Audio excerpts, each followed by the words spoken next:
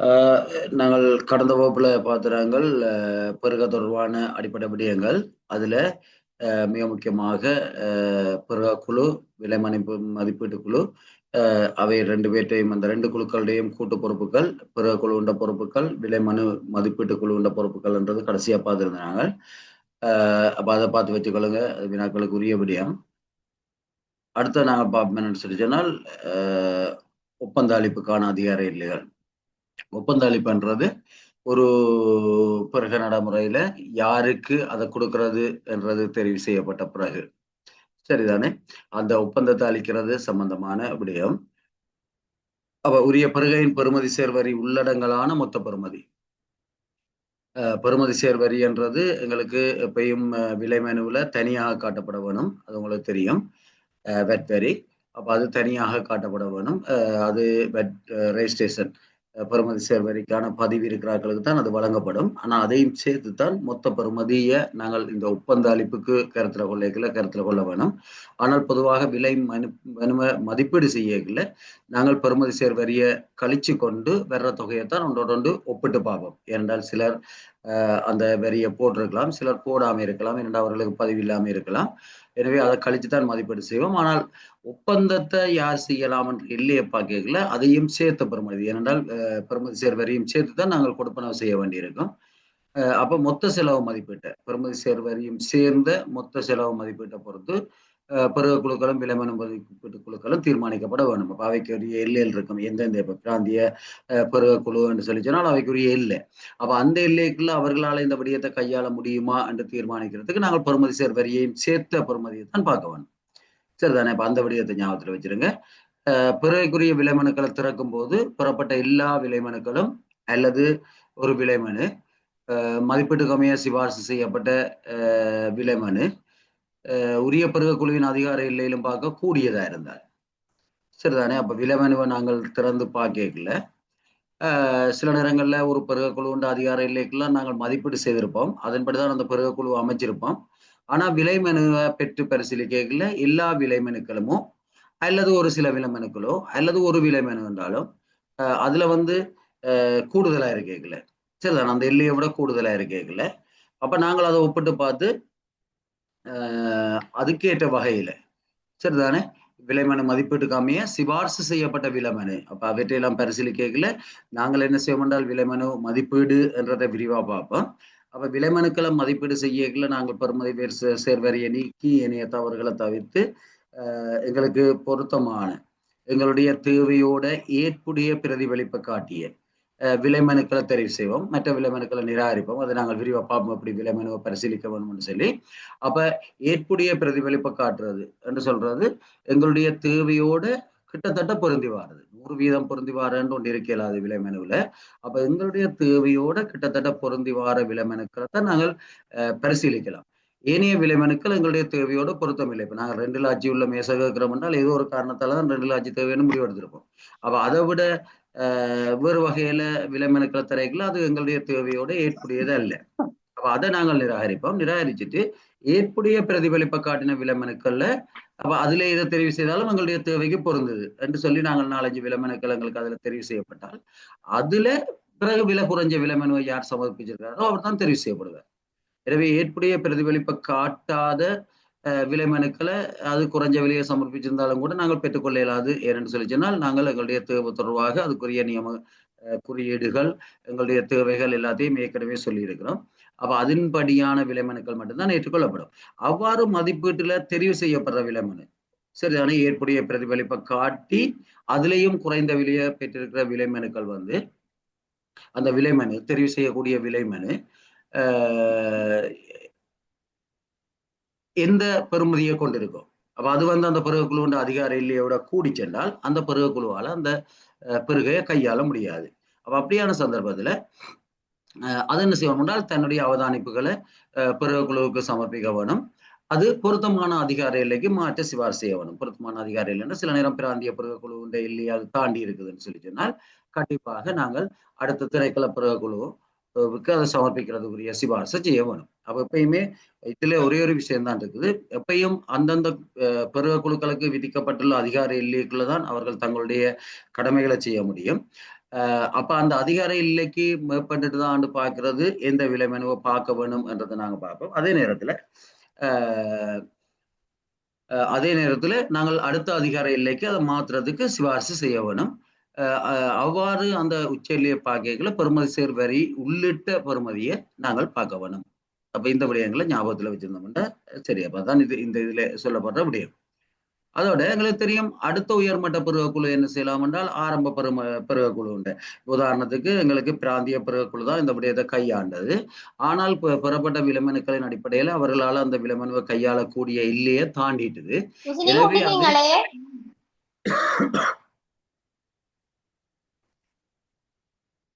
மைக்க அன்மியூட் வராம பார்த்துக்கொள்ளுங்க. அப்ப அந்த அதிகாரியிலேயே தாண்டிட்டுது. அப்ப அதன் காரணமாக நாங்கள் திணைக்கள பருவக்குழுவுக்கு அதை சமர்ப்பிக்கிறோம்.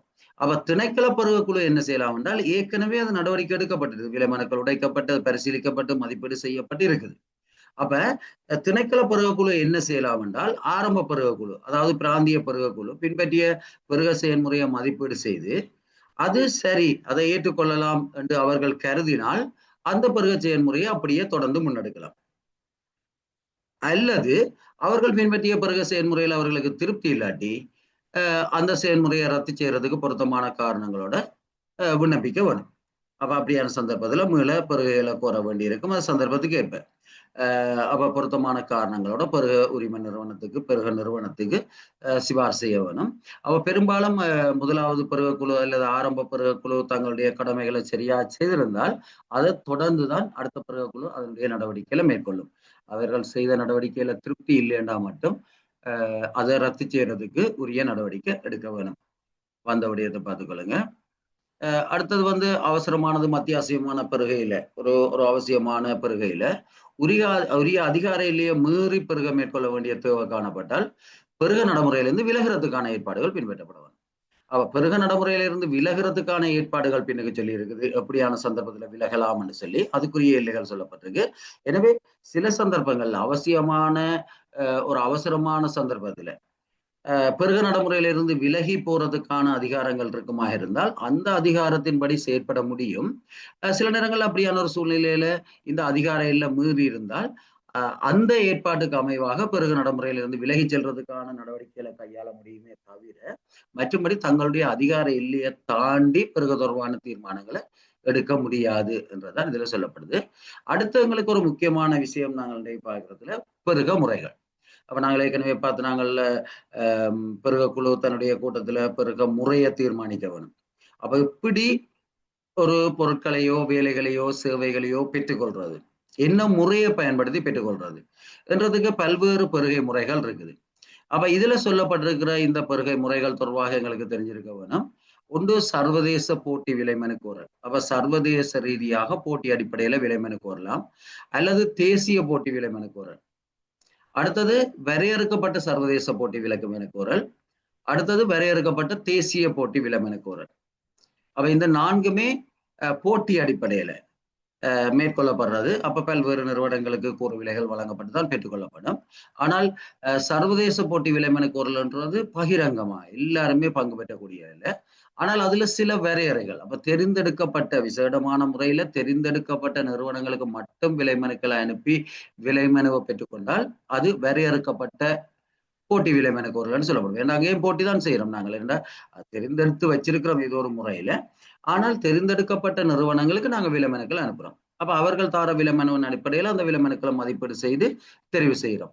எனவே ஒன்று முழுமையாக போட்டி விலைமனு கோரலா இருக்கலாம். அது ரெண்டு வகையில பிரிக்கலாம். அது சர்வதேச ரீதியாக நாட்டுக்கு வெளியேயும் ஒப்பந்தக்காரர்கள் அதுல பங்கு பெற்ற முடியுமாக இருந்தால் சர்வதேச போட்டி விலைமனு கோரல். அது சர்வதேச ரீதியாக பிரசித்தப்படுத்தப்பட வேண்டும்.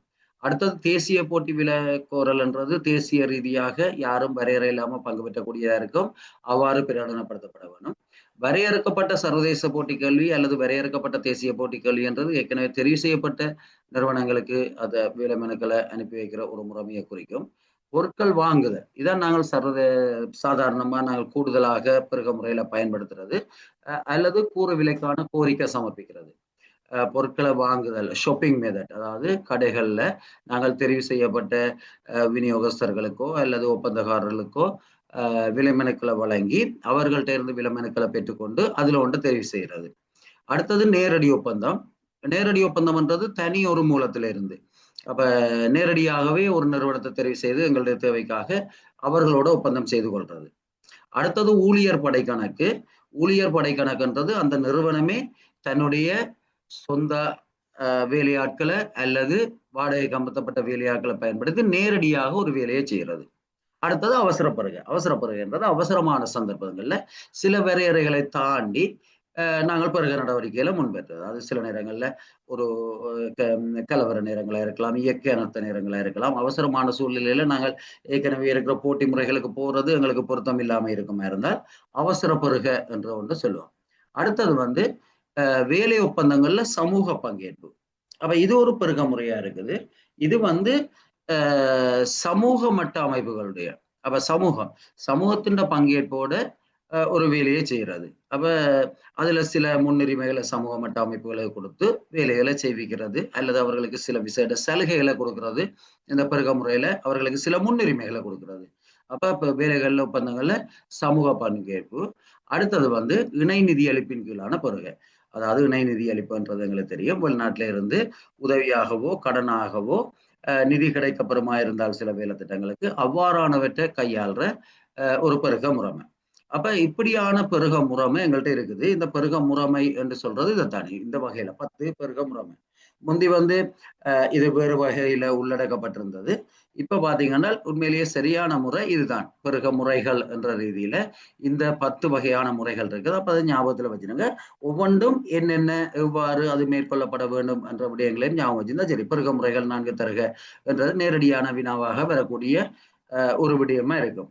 அதே போல ஒரு பெருக முறையை தந்து நாங்கள் அதன் இயல்புகளை இனங்கண்டு கொள்ள வேண்டியிருக்கும். எனவே இந்த 10 வகையான பெருகை முறைகளும் என்ன என்றதை விளங்கி கொள்ளக்கூடிய வகையில நாங்க பார்த்து கொண்டு போனோம்னா சரி.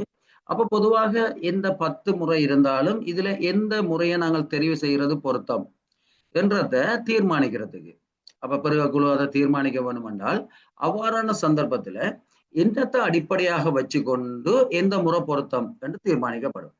அப்ப தேவையான பொருட்களோட தன்மை. அப்ப சில விசேட தன்மை வாய்ந்த பொருட்கள் இருக்கலாம். அவ்வாறான பொருட்களை பொறுத்த வரைக்கும் சில தனி ஒருவருக்கு தான் அது இருக்கக்கூடியதா இருந்தால் நாங்கள் நேரடி ஒப்பந்தத்துக்கு தான் போக வேணும்.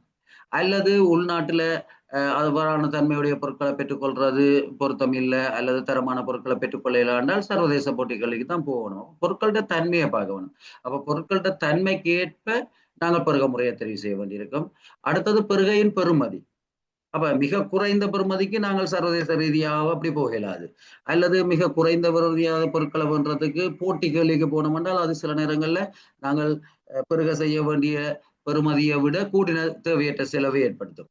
அப்ப பொருட்களோட பெறுமதியை வச்சுக்கொண்டு நாங்கள் பொருட்களோ வேலைகளோ சேவைகளோ பெற்றுக்கொள்ள போறதுடைய பெறுமதி எவ்வளவு என்றதை வச்சுக்கொண்டு நாங்கள் இதை தீர்மானிக்க வேண்டி இருக்கும். அப்ப பிறகு என்ன பெறுமதி.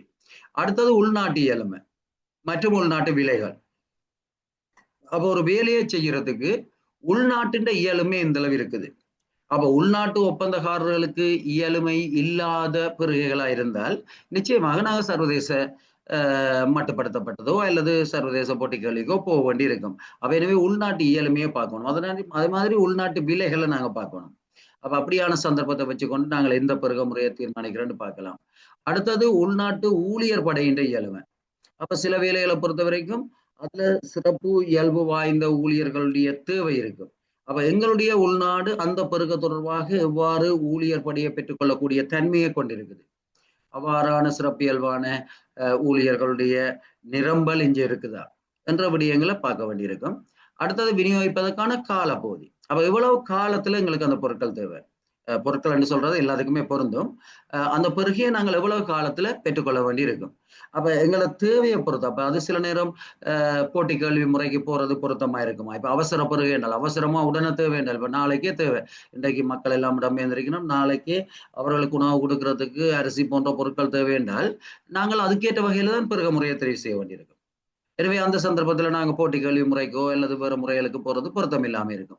எனவே எங்களுக்கு அதை விநியோகிக்கிறதுக்கு எவ்வளவு காலம் தேவைப்படும், எவ்வளவு காலத்துல எங்களுக்கு தேவை இருக்குது என்றதை பொறுத்து நாங்க பெருக முறையை தீர்மானிக்க வேண்டியிருக்கும். அடுத்தது கொடையாளர்களுடனான ஒப்பந்தம். அப்ப சில நேரம் வெளிநாட்டு நிதியுதவியின் ஊடாக அல்லது சில கொடை வழங்குனர்கள் வழங்குற கொடையின் ஊடாக சில வேலை திட்டங்களை நாங்கள் செய்யல. அவர்களோட நாங்கள் செய்து கொள்ற ஒப்பந்தத்தில் அவர்கள் விதிக்கப்பட்ட சில நிபந்தனைகள் இருக்கும். அப்ப அந்த நிபந்தனையின்படி எவ்வாறான பெருக முறைக்கு நாங்க போக வேண்டி இருக்கும் என்றது அந்த ஒப்பந்தத்துல சொல்லப்பட்டிருந்தால் நாங்கள் அதற்கமைவாக செயற்பட வேண்டி இருக்கும். ஏனென்றால் காசு சார்ந்து அவர்கள் தான். எனவே அந்த வகையில நாங்கள் எந்த முறையை தீர்மானிக்கிறன்றதுல செல்வாக்கு செலுத்துற இன்னொரு காரணியாக கொடையாளர்களோட நாங்கள் செய்து கொண்ட ஒப்பந்தங்கள் இருக்கலாம். அடுத்தது முன்மொழியப்படும் நடைமுறைகளின் வெளிப்படைத்தன்மையும் போட்டித்தன்மையும். அப்ப எந்த முறையை நாங்கள் தெரிவு செய்கிறோம் என்றால் எது வெளிப்படைத்தன்மையா இருக்கும், எது கூடுதலான போட்டித்தன்மையை ஏற்படுத்தும். அப்ப எப்பயுமே நாங்கள் பெருகையினுடைய குறிக்கோள்கள் என்று பார்த்த நாங்கள் அப்ப அதன்படி உயர்ந்த போட்டித்தன்மையை அப்ப ஆர்வமுள்ள சகல தரப்பினரும் பங்கு பெற்றக்கூடிய வகையில ஒரு போட்டித்தன்மையை உருவாக்கக்கூடிய வகையில தான் நாங்கள் பெருகை செய்ய வேணும். அதே நேரம் அந்த பெருக நடைமுறைகள் வெளிப்படைத்தன்மை வாய்ந்ததா இருக்க வேணும். அப்ப அப்படியான தன்மையை கருத்துல கொண்டு எந்த முறையை தெரிவு செய்யறது பொருத்தம் என்று தீர்மானிக்க வேணும். அப்ப இது பொதுவாக பல்வேறு பெருகை முறைகள் காணப்பட்டாலும் ஒரு பெருகை முறையை தெரிவு செய்யறதுல செல்வாக்கு செலுத்துற காரணிகள். அப்ப இந்த காரணிகளை அடிப்படையாக கொண்டுதான் நாங்கள் பெருக முறையை தீர்மானிக்க வேண்டி இருக்கும். அப்ப பெருக குழு தன்னுடைய முதலாவது கூட்டத்துல பெருக முறை எவ்வாறு பெருக செய்யப்படும் என்றதை தீர்மானிக்க வேண்டி இருக்கும் என்றதை ஏற்கனவே பார்த்து நாங்கள் அவ்வாறு தீர்மானிக்கல இந்த விடயங்களை கருத்துல கொண்டுதான் இந்த 10 பெருகை முறையில எது பொருத்தமான பெருகை முறை என்றதை தீர்மானிச்சு கொள்ள வேண்டியிருக்கும். அதற்கேற்பதான் நடவடிக்கை தொடர்ந்து மேற்கொள்ள வேண்டி இருக்கும். அப்ப பெருக முறைகள் என்ன, பெருக முறையில அதை தெரிவு செய்யறதுல செல்வாக்கு செலுத்துற காரணிகள் என்ன, அதை பார்த்துக்கொள்ளுங்க. அப்ப நாங்க பார்ப்போம் ஒவ்வொரு பெருக முறையின்றையும் இயல்புகள். அப்ப சர்வதேச போட்டி கல்வின்னு சொல்றது, சர்வதேச போட்டி கல்விக்கு நாங்க போக வேண்டியது பெரும்பாலும் உயர் பெறுமதியான பெருகைகளுக்கு. என்னோட சிறிய பெறுமதியான பெருகைகளுக்கு நாங்க போனால் ஒன்று சிக்கனம் இல்லை, அடுத்தது அவர்கள் அதுல ஆர்வம் காட்ட மாட்டார்கள், பதிலளிக்க மாட்டார்கள். இன்னொரு நாட்டுல போய் ஒரு வேலை செய்யறதுக்கு மிக குறைந்த பெறுமதிக்கு அவர்கள் விலை மனுவை சமர்ப்பிக்க மாட்டார்கள், அந்த போட்டியில பங்கு பெற்ற மாட்டார்கள். அப்ப தேவையில்லாம நாங்கள் காலத்தையும் விரயமாக்கி அதுக்கான தேவையற்ற செலவுகளும் ஏற்படுறதா இருக்கும். எனவே அது ஒரு உயர்ந்த பெறுமதியான பெருகைகளுக்கு தான் பொருத்தமானதா இருக்கும். அதே நேரம் உள்நாட்டு ஆற்றல் வரையறுக்கப்பட்டிருக்கீங்களா, அது உயர்ந்த பெறுமதியான பெருகையா இருந்தாலும் உள்நாட்டுல அதை போட்டியில பெற்றுக்கொள்ளக்கூடிய வழங்குனர்கள் அல்லது விநியோகஸ்தர்கள் ஒப்பந்தக்காரர்கள் தாராளமாக இருப்பார்களா இருந்தால், அந்த இயலுமை கொண்ட ஒப்பந்தக்காரர்கள் இருப்பார்களா இருந்தால் நாங்கள் அதை தேசிய போட்டிகளுக்கு போறதன் நல்லது. ஏனென்றால் எங்களுக்கு போட்டி என்றது உறுதிப்படுத்தப்படுது, அதன் மூலம் நாங்கள் தரமான முறையில விலை குறைஞ்ச முறையில பெருகையை பெற்றுக்கொள்றதுக்கான பெருகையினுடைய நோக்கம் நிறைவேறக்கூடியதா இருக்கும். அதே நேரத்துல உள்நாட்டு வழங்குனர்களுக்கோ விநியோகஸ்தர்களுக்கோ அந்த பெருகையை வழங்குவதன் மூலம் அந்த நிதி உள்நாட்டுக்கே இருக்கும். எனவே அதுக்கு நாங்க முன்னுரிமை அளிக்கணும். அப்ப உள்நாட்டு ஆற்றல் இருக்குமா இருந்தால் அது தாராளமாக உள்நாட்டு ஒப்பந்தக்காரர்கள்ட்டையோ விநியோகஸ்தர்கள்ட்டையோ இருக்குமா இருந்தால் நாங்கள் எப்பயுமே சர்வதேச போட்டி கல்வியை தெரிவு செய்யறது பொருத்தம் இல்லை. ஆனால் உள்நாட்டில் இருக்கிற விலைமனு சமர்ப்பிக்கக்கூடிய ஆர்வம் உள்ளவர்களுடைய இயலுமை வரையறுக்கப்பட்டிருக்கல, அது மட்டுப்படுத்தப்பட்டதாக காணப்படுகல, கட்டாயம் நாங்கள் சர்வதேச போட்டி கல்விக்கு போகலாம். அதே மாதிரி உள்நாட்டு தொழில்நுட்பம் மற்றும் அந்த வேலை வளங்கள் தொடர்பான பிரயோக அறிவு போதுமானதாக இல்லாமல் அப்ப கூடுதலான தொழில்நுட்ப விடயம் சார்ந்த விடயங்கள்ல அவ்வாறான பொருட்கள் சேவைகளை நாங்கள் பெற்றுக்கொள்ள வேலைகளை வழங்கியதில்லை. அப்ப அதுல உள்நாட்டுல இருக்கிறவர்களுடைய தொழில்நுட்பம் சார்ந்த அல்லது அவ்வாறான வேலைகள்ல ஏற்கனவே ஈடுபட்ட அனுபவம் அவர்களுக்கு போதுமான அளவு இல்லாம இருக்கல நாங்க சர்வதேச போட்டிகளையே தான் தெரிவு செய்ய வேண்டி இருக்கும். அதே மாதிரி நிதி அளிப்பு கருத்திட்டத்துல கொடையாளர்கள் நிதி வழங்குற அதன் மூலம் மேற்கொள்ற கருத்திட்டங்கள்ல அவர்களுடைய உடன்படிக்கையில சர்வதேச போட்டி கல்விதான் மேற்கொள்ள வேண்டும் என்று தேவைப்படுத்தப்பட்டிருக்கீங்களா நாங்க சர்வதேச போட்டி கல்விக்கு போக வேண்டி இருக்கும். அப்ப பொதுவா பாத்தீங்கன்னா மிக முக்கியமாக 3 சந்தர்ப்பங்கள்ல நாங்கள் சர்வதேச போட்டி கல்வியை தெரிவு செய்கிறது பொருத்தமானதாக இருக்கும். அப்ப அதுதான் இந்த இதுல இருந்து எங்களுக்கு வினாவுக்கு வரக்கூடிய ஒரு விடயம். அப்ப உயர் பெறுமதிக்கு பொருத்தமானது என்று முதல் சொல்லப்பட்டாலும் உயர் பெறுமதியான பெருகையிலும் நாங்கள் ஏனைய நிபந்தனைகள் இருக்குமா இருந்தால் பாதிப்பில்லாம இருக்குமா இருந்தால் நாங்கள் உள்நாட்டில் செய்யலாம். அப்ப பொதுவாக சிறிய பெறுமதிகளுக்கு செய்யற இல்லை என்றது இருந்தாலும் சர்வதேச போட்டி கல்வி முறைக்கு நாங்க போக வேண்டியதுக்கான மிக முக்கியமான 3 காரணங்கள் சொல்லப்பட்டிருக்குது. அப்ப ஒன்று உள்நாட்டு ஆற்றல் வரையறுக்கப்பட்டிருக்க வேணும், அல்லது உள்நாட்டு தொழில்நுட்ப பிரயோக அறிவு போதுமானதாக இல்லாம இருக்க வேணும், அல்லது கொடியாளிகளுடைய ஒப்பந்தத்துல தேவைப்படுத்தப்பட்டிருக்க வேணும். சர்வதேச போட்டி கல்வி. அப்ப இப்படியான சந்தர்ப்பத்துல நாங்கள் சர்வதேச போட்டி கல்வியை நாட வேண்டி இருக்கும். அப்ப சர்வதேச போட்டி கல்விக்கு நாங்க போக வேண்டிய சந்தர்ப்பங்கள் 3 இங்க சொல்லியிருக்குது. சரிதானே? அப்ப அந்த 3ல உயர் பெறுமதி என்றதை தவிர்த்து மற்ற 3ஐயும் நீங்க சொல்றதா நல்ல வேணும்னா, நான் அதுக்கு உங்களுக்கு உதாரணம் சொல்லிட்டேன். உயர் பெறுமதி என்றா கூட உள்நாட்டு ஆற்றல் இயலும தாராளமா இருக்குமா இருந்தால் நாங்கள் உள்நாட்டிலேயே அதை செய்ய முடியும். அது சிக்கனமான முறையில தேவையான அளவுக்கு அது போட்டியை ஏற்படுத்தும், எங்களுக்கு சாதகமான நன்மையை தருமா இருந்தால். எனவே இந்த 3 விடயங்களை வடிவா ஞாபகத்துல வச்சிருக்க வேணும். அது தேவையான ஒன்று. கட்டுமான வேலைகளை பொறுத்த வரைக்கும் ஒப்பந்தத்தை பிரித்து உள்நாட்டு ஒப்பந்ததாரருக்கு வழங்கும் சாத்தியம் சரிதானே பரிசீலிக்கப்பட வேண்டும். நாங்கள் பிரித்து தொகுத்தல் முறை என்று சொல்லி அன்றைக்கு நான் உதாரணத்தோடு சொல்லியிருந்தேன். ஸ்லைஸ் அண்ட் பேக்கேஜ் அப்ரோச் என்று சொல்றது. அப்ப நாங்கள் ஒரு பெரிய வேலையை சிறிதா பிரிக்கலாம், அல்லது சிறிதா இருக்கிற வேலைகளை ஒன்று சேர்த்து ஒரு தொகுதியாக்கலாம். அப்படியான ஒரு முறையை பின்பற்றலாம். அது நாங்கள் அன்றைக்கு கலந்துரையாடின ஒரு விடயம். அப்ப பொதுவாக கட்டுமான வேலைகளை வழங்கியதுல அதுல உள்நாட்டு ஒப்பந்தக்காரர்களுடைய இயலுமை வரையறுக்கப்பட்டிருக்குமா இருந்தால் அப்படியான சந்தர்ப்பத்துல நாங்கள் அதை பகுதிகளாக பிரிச்சு விலைமனு கோருவதன் மூலம் உள்நாட்டு இயலுமையுடைய ஒப்பந்தக்காரர்களுடைய அளவை அதிகரிக்கலாம். அப்ப சில நேரம் அவர்களால 500 மில்லியன் வரைக்குமான வேலையை செய்யறதுக்கு தான் அவர்கள்ட்ட இயலுமை இருக்குது. ஆனால் நாங்கள் 5000 மில்லியன் பெறுமதியான வேலையை செய்ய போறோம் என்றால் எங்களுக்கு 5000 மில்லியனை நாங்கள் உள்நாட்டுல கோல் பண்ணலாம். அப்ப அப்படியே வச்சு பார்த்தோம் என்றால் அது உள்நாட்டு இயலுமை மட்டுப்படுத்தப்பட்டிருக்குது, அல்லது குறிப்பிட்ட ஒரு சிலருக்கு 1-2 பேருக்கு மட்டும்தான் இருக்குது. எனவே எங்களுக்கு அந்த போட்டியினுடைய சாதகமான தன்மை வராது என்று கருதினால் சர்வதேச போட்டிக்கு போக வேண்டி வரும். ஆனால் பொதுவாக சர்வதேச போட்டிகளுக்கு போறதை விட உள்நாட்டு ஒப்பந்தக்காரர்களுக்கு வேலையை வழங்குறது தான் எங்களுடைய உள்நாட்டு அபிவிருத்திக்கு பொருத்த முடியதா இருக்கும். ஏனென்றால் அந்த நிதி உள்நாட்டுக்குள்ளேயே நிற்கும். அதில் கிடைக்கப்படுற லாபமும் அது உள்நாட்டிலேயே இருக்கும். எனவே நாங்கள் அதை பகுதிகளாக பிரிச்சு அந்த ஒப்பந்தத்தை வழங்குறதுக்குரிய நடவடிக்கைகள் மேற்கொள்ளப்படலாம். சரிதானே? அப்ப இயன்ற வரைக்கும் நாங்கள் உள்நாட்டு கல்விக்கு முன்னுரிமை வழங்குறதுக்கு நடவடிக்கை எடுக்க வேணும் என்றுதான் இதுல சொல்லப்பட்டிருக்குது. ஆனாலும் சர்வதேச போட்டி கல்விக்கு நாங்க போக வேண்டிய சந்தர்ப்பங்கள் 3 அல்லது நாங்க போக வேண்டிய தேவையை ஏற்படுத்துற நிபந்தனைகள் 3 சொல்லப்பட்டிருக்குது. அடுத்தது எப்பயும் உள்ளூர் நிறுவனங்களும் அதுல அனுமதிக்கப்படும். இப்ப சர்வதேச போட்டி கல்வி என்றால் சர்வதேச போட்டி கல்வியில நாட்டுக்கு வெளியே இருக்கிற ஒப்பந்தக்காரர்கள் மட்டும்தான் பங்கு பெற்றலாம் என்றது இல்லை. உள்ளூர்ல இருக்கிற எங்களுடைய நாட்டில இருக்கிற ஒப்பந்தக்காரர்களும் அதுல பங்கு பெற்றதுக்கான சந்தர்ப்பம் வழங்கப்படும். அப்ப சர்வதேச போட்டி கல்விதான். அப்ப எங்களுடைய நாடும் அதுக்கு பங்கு பெற்றதுக்கான முழு உரிமையை கொண்டிருக்குது. எனவே உள்ளூர் நிறுவனங்களும் அனுமதிக்கப்படும். நாங்கள் சர்வதேச போட்டி கல்வி என்றால் உள்ளூர் நிறுவனங்களை தவிர்த்து என்று யோசிக்க தேவையில்லை. ஆனா தேசிய போட்டி கல்வி என்றால் அது சர்வதேச வெளிநாட்டில் இருக்கிற நிறுவனங்களை தவிர்த்து உள்ளூர்ல இருக்கிற நிறுவனங்களுக்கு மட்டும் என்று பொருள் கொள்ளப்பட வேணும். அப்ப உள்ளூர் நிறுவனங்கள் அந்த போட்டியில பங்கு பெற்ற முடியும். உள்நாட்டு முன்னுரிமை ஏற்பாடுகள் வழங்கப்பட வேணும். அப்ப சர்வதேச போட்டி கல்வியா இருந்தாலும் உள்நாட்டு நிறுவனங்கள் அதுல பங்கு பெற்றிருக்கல அவர்களுக்கு சில முன்னுரிமைகள் வழங்கப்பட வேணும்.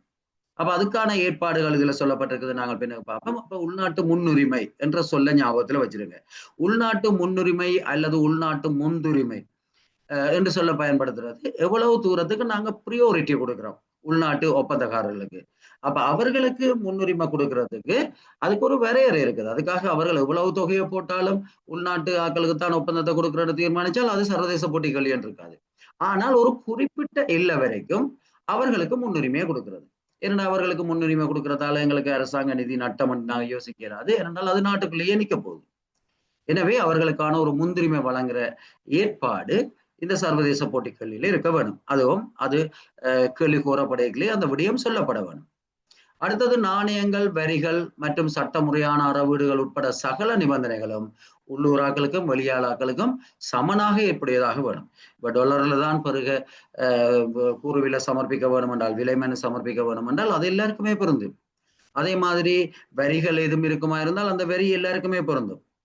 சட்ட முறையான அறவீடுகள் ஏதாவது இருக்குமா இருந்தால் அது எல்லாருக்குமே பொருந்தும். உள்நாட்டுல பங்கு பெற்றவருக்கும் வெளிநாட்டுல பங்கு பெற்றவருக்கும் சமனாகத்தான் பிரிவிக்கப்படும். ஆக ஒரே ஒரு வேறுபாடு தான் இருக்கும். உள்நாட்டு முன்னுரிமை என்ற ஒன்று இருக்கும். அதை தவிர ஏனைய நிபந்தனைகள் எல்லாம் சமனாகத்தான் கொள்ளப்படும். இல்லாட்டி அது நீதியானதாக இருக்க மாட்டாது.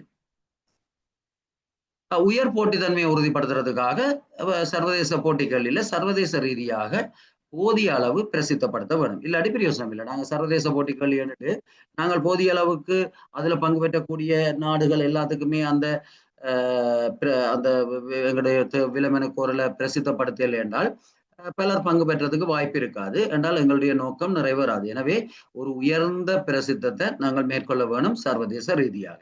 அப்ப இது சர்வதேச போட்டிக்கல்வியோட நாங்கள் தெரிவு செய்தால் அதுல நாங்கள் பின்பற்ற வேண்டிய அல்லது அதுல இருக்க வேண்டிய இயல்புகள். அப்ப சர்வதேச போட்டி கல்வி என்றது என்னென்ன விடயங்களை கருத்துல கொண்டு மேற்கொள்ளப்படும். அப்ப இதை விளங்கி கொண்டால் சர்வதேச போட்டி கல்வி என்றால் என்ன என்றது எங்களுக்கு விளங்கும். அப்ப சர்வதேச போட்டி கல்வியை பின்பற்றிக்கல என்னென்ன விடயங்களை நாங்கள் கருத்துல கொள்ள வேணும் என்றது எங்களுக்கு விளங்கும். அடுத்து நாங்கள் பார்த்தோம் என்றால் பெருக நிறுவனம் பின்வரும் வகைகளில் இவ்வாறான ஒரு பரந்தளவு பிரசித்தத்தை செய்யலாம், அதாவது விளம்பரத்தை செய்யலாம். என்ன செய்யலாம்னு சொல்லி சொன்னால் சர்வதேச போட்டிகளில தான் பரந்தளவு விநியோகிக்கப்படும் குறைந்தது ஒரு தேசிய பத்திரிகையிலையாவது விளம்பரம் செய்தார். இரண்டு உள்நாட்டாக்களும் பங்கு பெற்றலாம் தானே. அப்போ ஒரு தேசிய பத்திரிகையில என்ன விளம்பரம் செய்யறதுக்கு நடவடிக்கை எடுக்கலாம். ஆங்கில மொழியில் பிரசுரிக்கப்படும் ஒரு பத்திரிகையிலாவது விளம்பரப்படுத்தல் கட்டாயம். ஏனென்றால் சர்வதேச நிறுவனங்களும் அதுல பங்கு பெற்றலாம். அடுத்தது திரைசேரி உட்பட இந்த பெருகை நடைமுறைகளோட தொடர்புடைய இணையதளங்கள்ல சரிதானே எங்களுடைய நாட்டினுடைய இணையதளங்கள்ல அதை பிரசுரிக்கிறதுக்கு நடவடிக்கை எடுக்கலாம். அப்ப அதனூடாக அது பலரை சென்றடையும். சர்வதேச பிரசித்தமான இலவசமான கூடியதாக விலைமனுக்களை பிரசுரிக்கின்ற இணையதளங்கள் சரிதானே. இவ்வாறான சர்வதேச ரீதியான விலைமனுக்கள் பதிவிடப்படுகின்ற இணையதளங்கள் அது இலவசமாக பிரவேசிக்க கூடியதா இருக்கிற இணையதளங்கள் பல இருக்கும். அவ்வாறான இணையதளங்கள்ல இந்த கோரிக்கையில பிரசுரிக்கிறதுக்கு நடவடிக்கை எடுக்கலாம். அதனால சர்வதேச ரீதியாக பரந்தளவு பிரச்சாரம் அது கிடைக்கும். அதே மாதிரி பங்கு பெற்றக்கூடிய நாடுகள் என்று நாங்கள் கருதுகிற நாடுகளோட தூதரகங்களுக்கும் அந்த நாடுகளுடைய வர்த்தக பிரதிநிதிகளுக்கும் இவ்வாறான விடயங்களை அனுப்பி வைக்கலாம். எனவே அவர்களூடாக அவர்கள் பங்கு பெற்றதை அது ஊக்குவிக்கும். அதே நேரம் அவர்களுக்கு அந்த தகவல்கள் கிடைக்கும். அப்ப இந்த வழிகள்ல நாங்கள் சர்வதேச போட்டி கேள்விக்கான விலைமனு கோரல் தொடர்பான கேள்விக்கோரல் தொடர்பான பிரசித்தத்தை செய்யறதுக்கு நடவடிக்கை எடுக்க முடியும். அப்ப அது ஒரு விடயம். அடுத்தது தேசிய போட்டி கல்வி. அப்ப தேசிய போட்டி கல்வி என்றது எங்களுக்கு தெரியும் சர்வதேச ரீதியாக இல்லை உள்நாட்டுக்கு. அப்ப இலங்கை அரச நிதியளிப்பு கருத்திட்டங்களுக்கு பொதுவாக இதுதான் ஏற்புடையது. அப்ப பொதுவாக எங்களுடைய நாட்டினுடைய பணத்துல செய்கிற கருத்திட்டங்களை பொறுத்த வரைக்கும் இந்த முறைதான் மேற்கொள்ளப்பட வேணும். ஆனால் சில நேரங்கள்ல நாங்கள் அதுல 3 காரணம் பார்த்தோமே.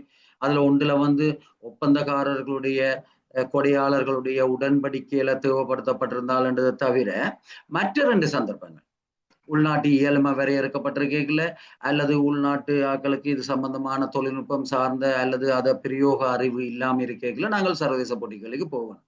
மற்றபடி பொதுவாக ஏற்றுக்கொள்ளக்கூடிய ஒரு முறையாக ஏற்கப்பட்ட ஒரு முறையாக உள்நாட்டு நாணயத்துல நாங்கள் செலவு செய்யறதாக இருந்தால் இலங்கை அரசாங்கம் நிதி அளிப்பு செய்கிற ஒரு கருத்திட்டமாக இருந்தால் அதுக்கு தேசிய போட்டி கல்வி முறையை தான் நாங்கள் பின்பற்ற வேண்டும்.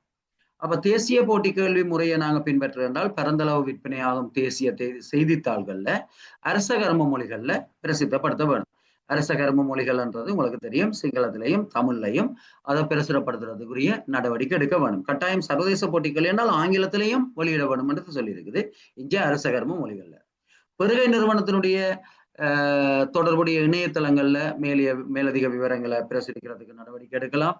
அப்ப இப்ப உங்களுக்கு தெரியும் இப்ப பல்வேறு திணைக்களங்களுடைய தரவுத்தளங்கள்ல அவர்களுடைய இணையதளங்கள்ல பெருகை என்றதுக்கான தனிப்பக்கங்கள் ஒதுக்கப்பட்டிருக்குது. அப்ப அதுல பிரசுரிக்கிறதுக்கு நடவடிக்கை எடுக்கலாம். குறித்த கட்டணத்தை செலுத்தி எவரேனும் ஆவணங்களை பெற்றுக்கொள்றதுக்கு விவரங்களை பெற்றுக்கொள்றதுக்கு ஏற்பாடு செய்யலாம். விலைக்கேள்வி முடிவடைவதற்கு 1 நாள் முன்னர் வரை விலைக்கல்வி ஆவணங்களை பெற்றுக்கொள்றதுக்கு அனுமதிக்கப்பட வேணும். அப்ப யாரெல்லாம் அதுல ஆர்வம் காட்டுகிறார்களோ யாரெல்லாம் இந்த பெருகையில பங்கு பெற்ற விரும்புகிறார்களோ ஏற்கனவே தீர்மானிக்கப்பட்டு அறிவிக்கப்பட்டிருக்கிற பகிரங்க விளம்பரத்துல அறிவிக்கப்பட்டிருக்கிற தொகையை செலுத்தி அவர்கள் இந்த விலைமனு ஆவணங்களை பெற்றுக்கொள்ளக்கூடிய வாய்ப்பு வழங்கப்பட வேணும். விலைமனு ஆவணங்கள் என்றது எப்ப பெருகை மூடப்படுதோ சரிதானே கேள்வி முடிவடையுதோ இப்ப அவர்கள் இறுதியாக சமர்ப்பிக்க வேண்டிய நேரத்தை நாங்க போடுறோமோ அந்த திகதிக்கு 1 நாள் முன்னர் வரைக்கும் ஆவணங்களை பெற்றுக்கொள்றதுக்கு அனுமதி வழங்கப்பட வேணும். அப்ப யாரும் ஆவணங்களை பெற்றுக்கொள்ளக்கூடிய ஒரு தன்மை இருக்க வேணும். ஒப்பந்த வேலைகளா இருந்தால் சிஐடி சொல்லுங்க. என்சிபிக்கு நாங்க விளம்பரப்படுத்தக்கு இங்கிலீஷ்ல போட்டா இல்லையா? எதுக்கு நாங்க சொல்றீங்க? அந்த மொழி பத்திரிகையில போடுவோம் தேசிய இங்கிலீஷ்ல போட்டா பிள்ளை இல்ல. ஆனால் இந்த நிபந்தனை வந்து அரச கர்ம மொழிகள்ல போட வேணும். அரச அப்ப தேவையை அந்த பொறுத்த அரச பத்திரிகை வந்து தமிழ் பேப்பர் சிங்கள பேப்பர்ல போடுறது. ஆனா இங்கிலீஷ்லயே அட்வர்டைஸ்மெண்ட் இருக்கு. இது தமிழ் பேப்பர்லயோ? இல்ல அது உண்மையா போலதானே. அரச தமிழ் கர்ம பேப்பர்ல மொழிகள் அவன் சொல்ற கருத்து என்னென்றால் சிங்கள தமிழ் பத்திரிகையில பிரசுரிக்கணும் என்றால் அல்லது அரச கர்ம மொழிகள்ல பிரசுரிக்கணும் என்றால் அதுண்ட உண்மையான பொருள் அரச கர்ம மொழியில தானே பிரசுரிக்க வேணும். ஆங்கிலத்துல பிரசுரிக்கிறதுன்றது இல்லை. இதுல சொல்லியிருக்கிற ஏற்பாட்டுக்கு உண்மையா அது முரணானது. ஏனென்றால் அரச கர்ம மொழிகள்ல விளம்பரப்படுத்த வேணும் தான் சொல்லியிருக்குது. அப்ப எங்கட நாட்டுல அரச கர்ம மொழி என்றது சிங்களமும் தமிழும். ஆங்கிலம்ன்றது இணைப்பு மொழி. அப்ப மேலதிகமா தேவைக்கேற்ப ஆங்கிலத்தை பயன்படுத்துறதுல அது பிள்ளையா சரியாண்ட வாதம் இல்லை. ஆனால் அரச கர்ம மொழிகள்ல பிரசுரிக்க வேணும் என்றால் அதுக்காக தமிழ் பத்திரிகைகள்ல ஆங்கிலத்துல விளம்பரப்படுத்துறன்றது உண்மையா அந்த நோக்கத்தை அடைகிற செயற்பாடு இல்லை. சாதாரணமா பார்த்தோம்னா தமிழ் பத்திரிகையில தமிழ் பத்திரிகையை வாசிப்பவர்கள்ல ஒரு கணிசமான பகுதியினருக்கு தான் ஆங்கிலம் தெரிஞ்சிருக்கலாம். ஆனால் தமிழ் பத்திரிகையை வேண்டி வாசிக்கிறார்கள் எல்லாருக்குமே தமிழ் தெரிஞ்சிருக்கும். அதே மாதிரிதான் சிங்களத்துக்கும். அப்ப சர்வதேச போட்டிகளியை பொறுத்த வரைக்கும் ஆங்கிலம்ன்றது ஒரு நிபந்தனையா சொல்லப்பட்டிருக்குது. கட்டாயம் ஆங்கில செய்தித்தாள்ல விநியோகிக்கப்பட வேணும் என்று சொல்லி. ஆனால் உள்ளூர் மற்ற எங்கட தேசிய போட்டி கல்வியை பொறுத்த வரைக்கும் அரச கர்ம மொழிகள்ல பிரசுரிக்கப்பட வேண்டும் என்று சொல்லப்பட்டிருக்குது.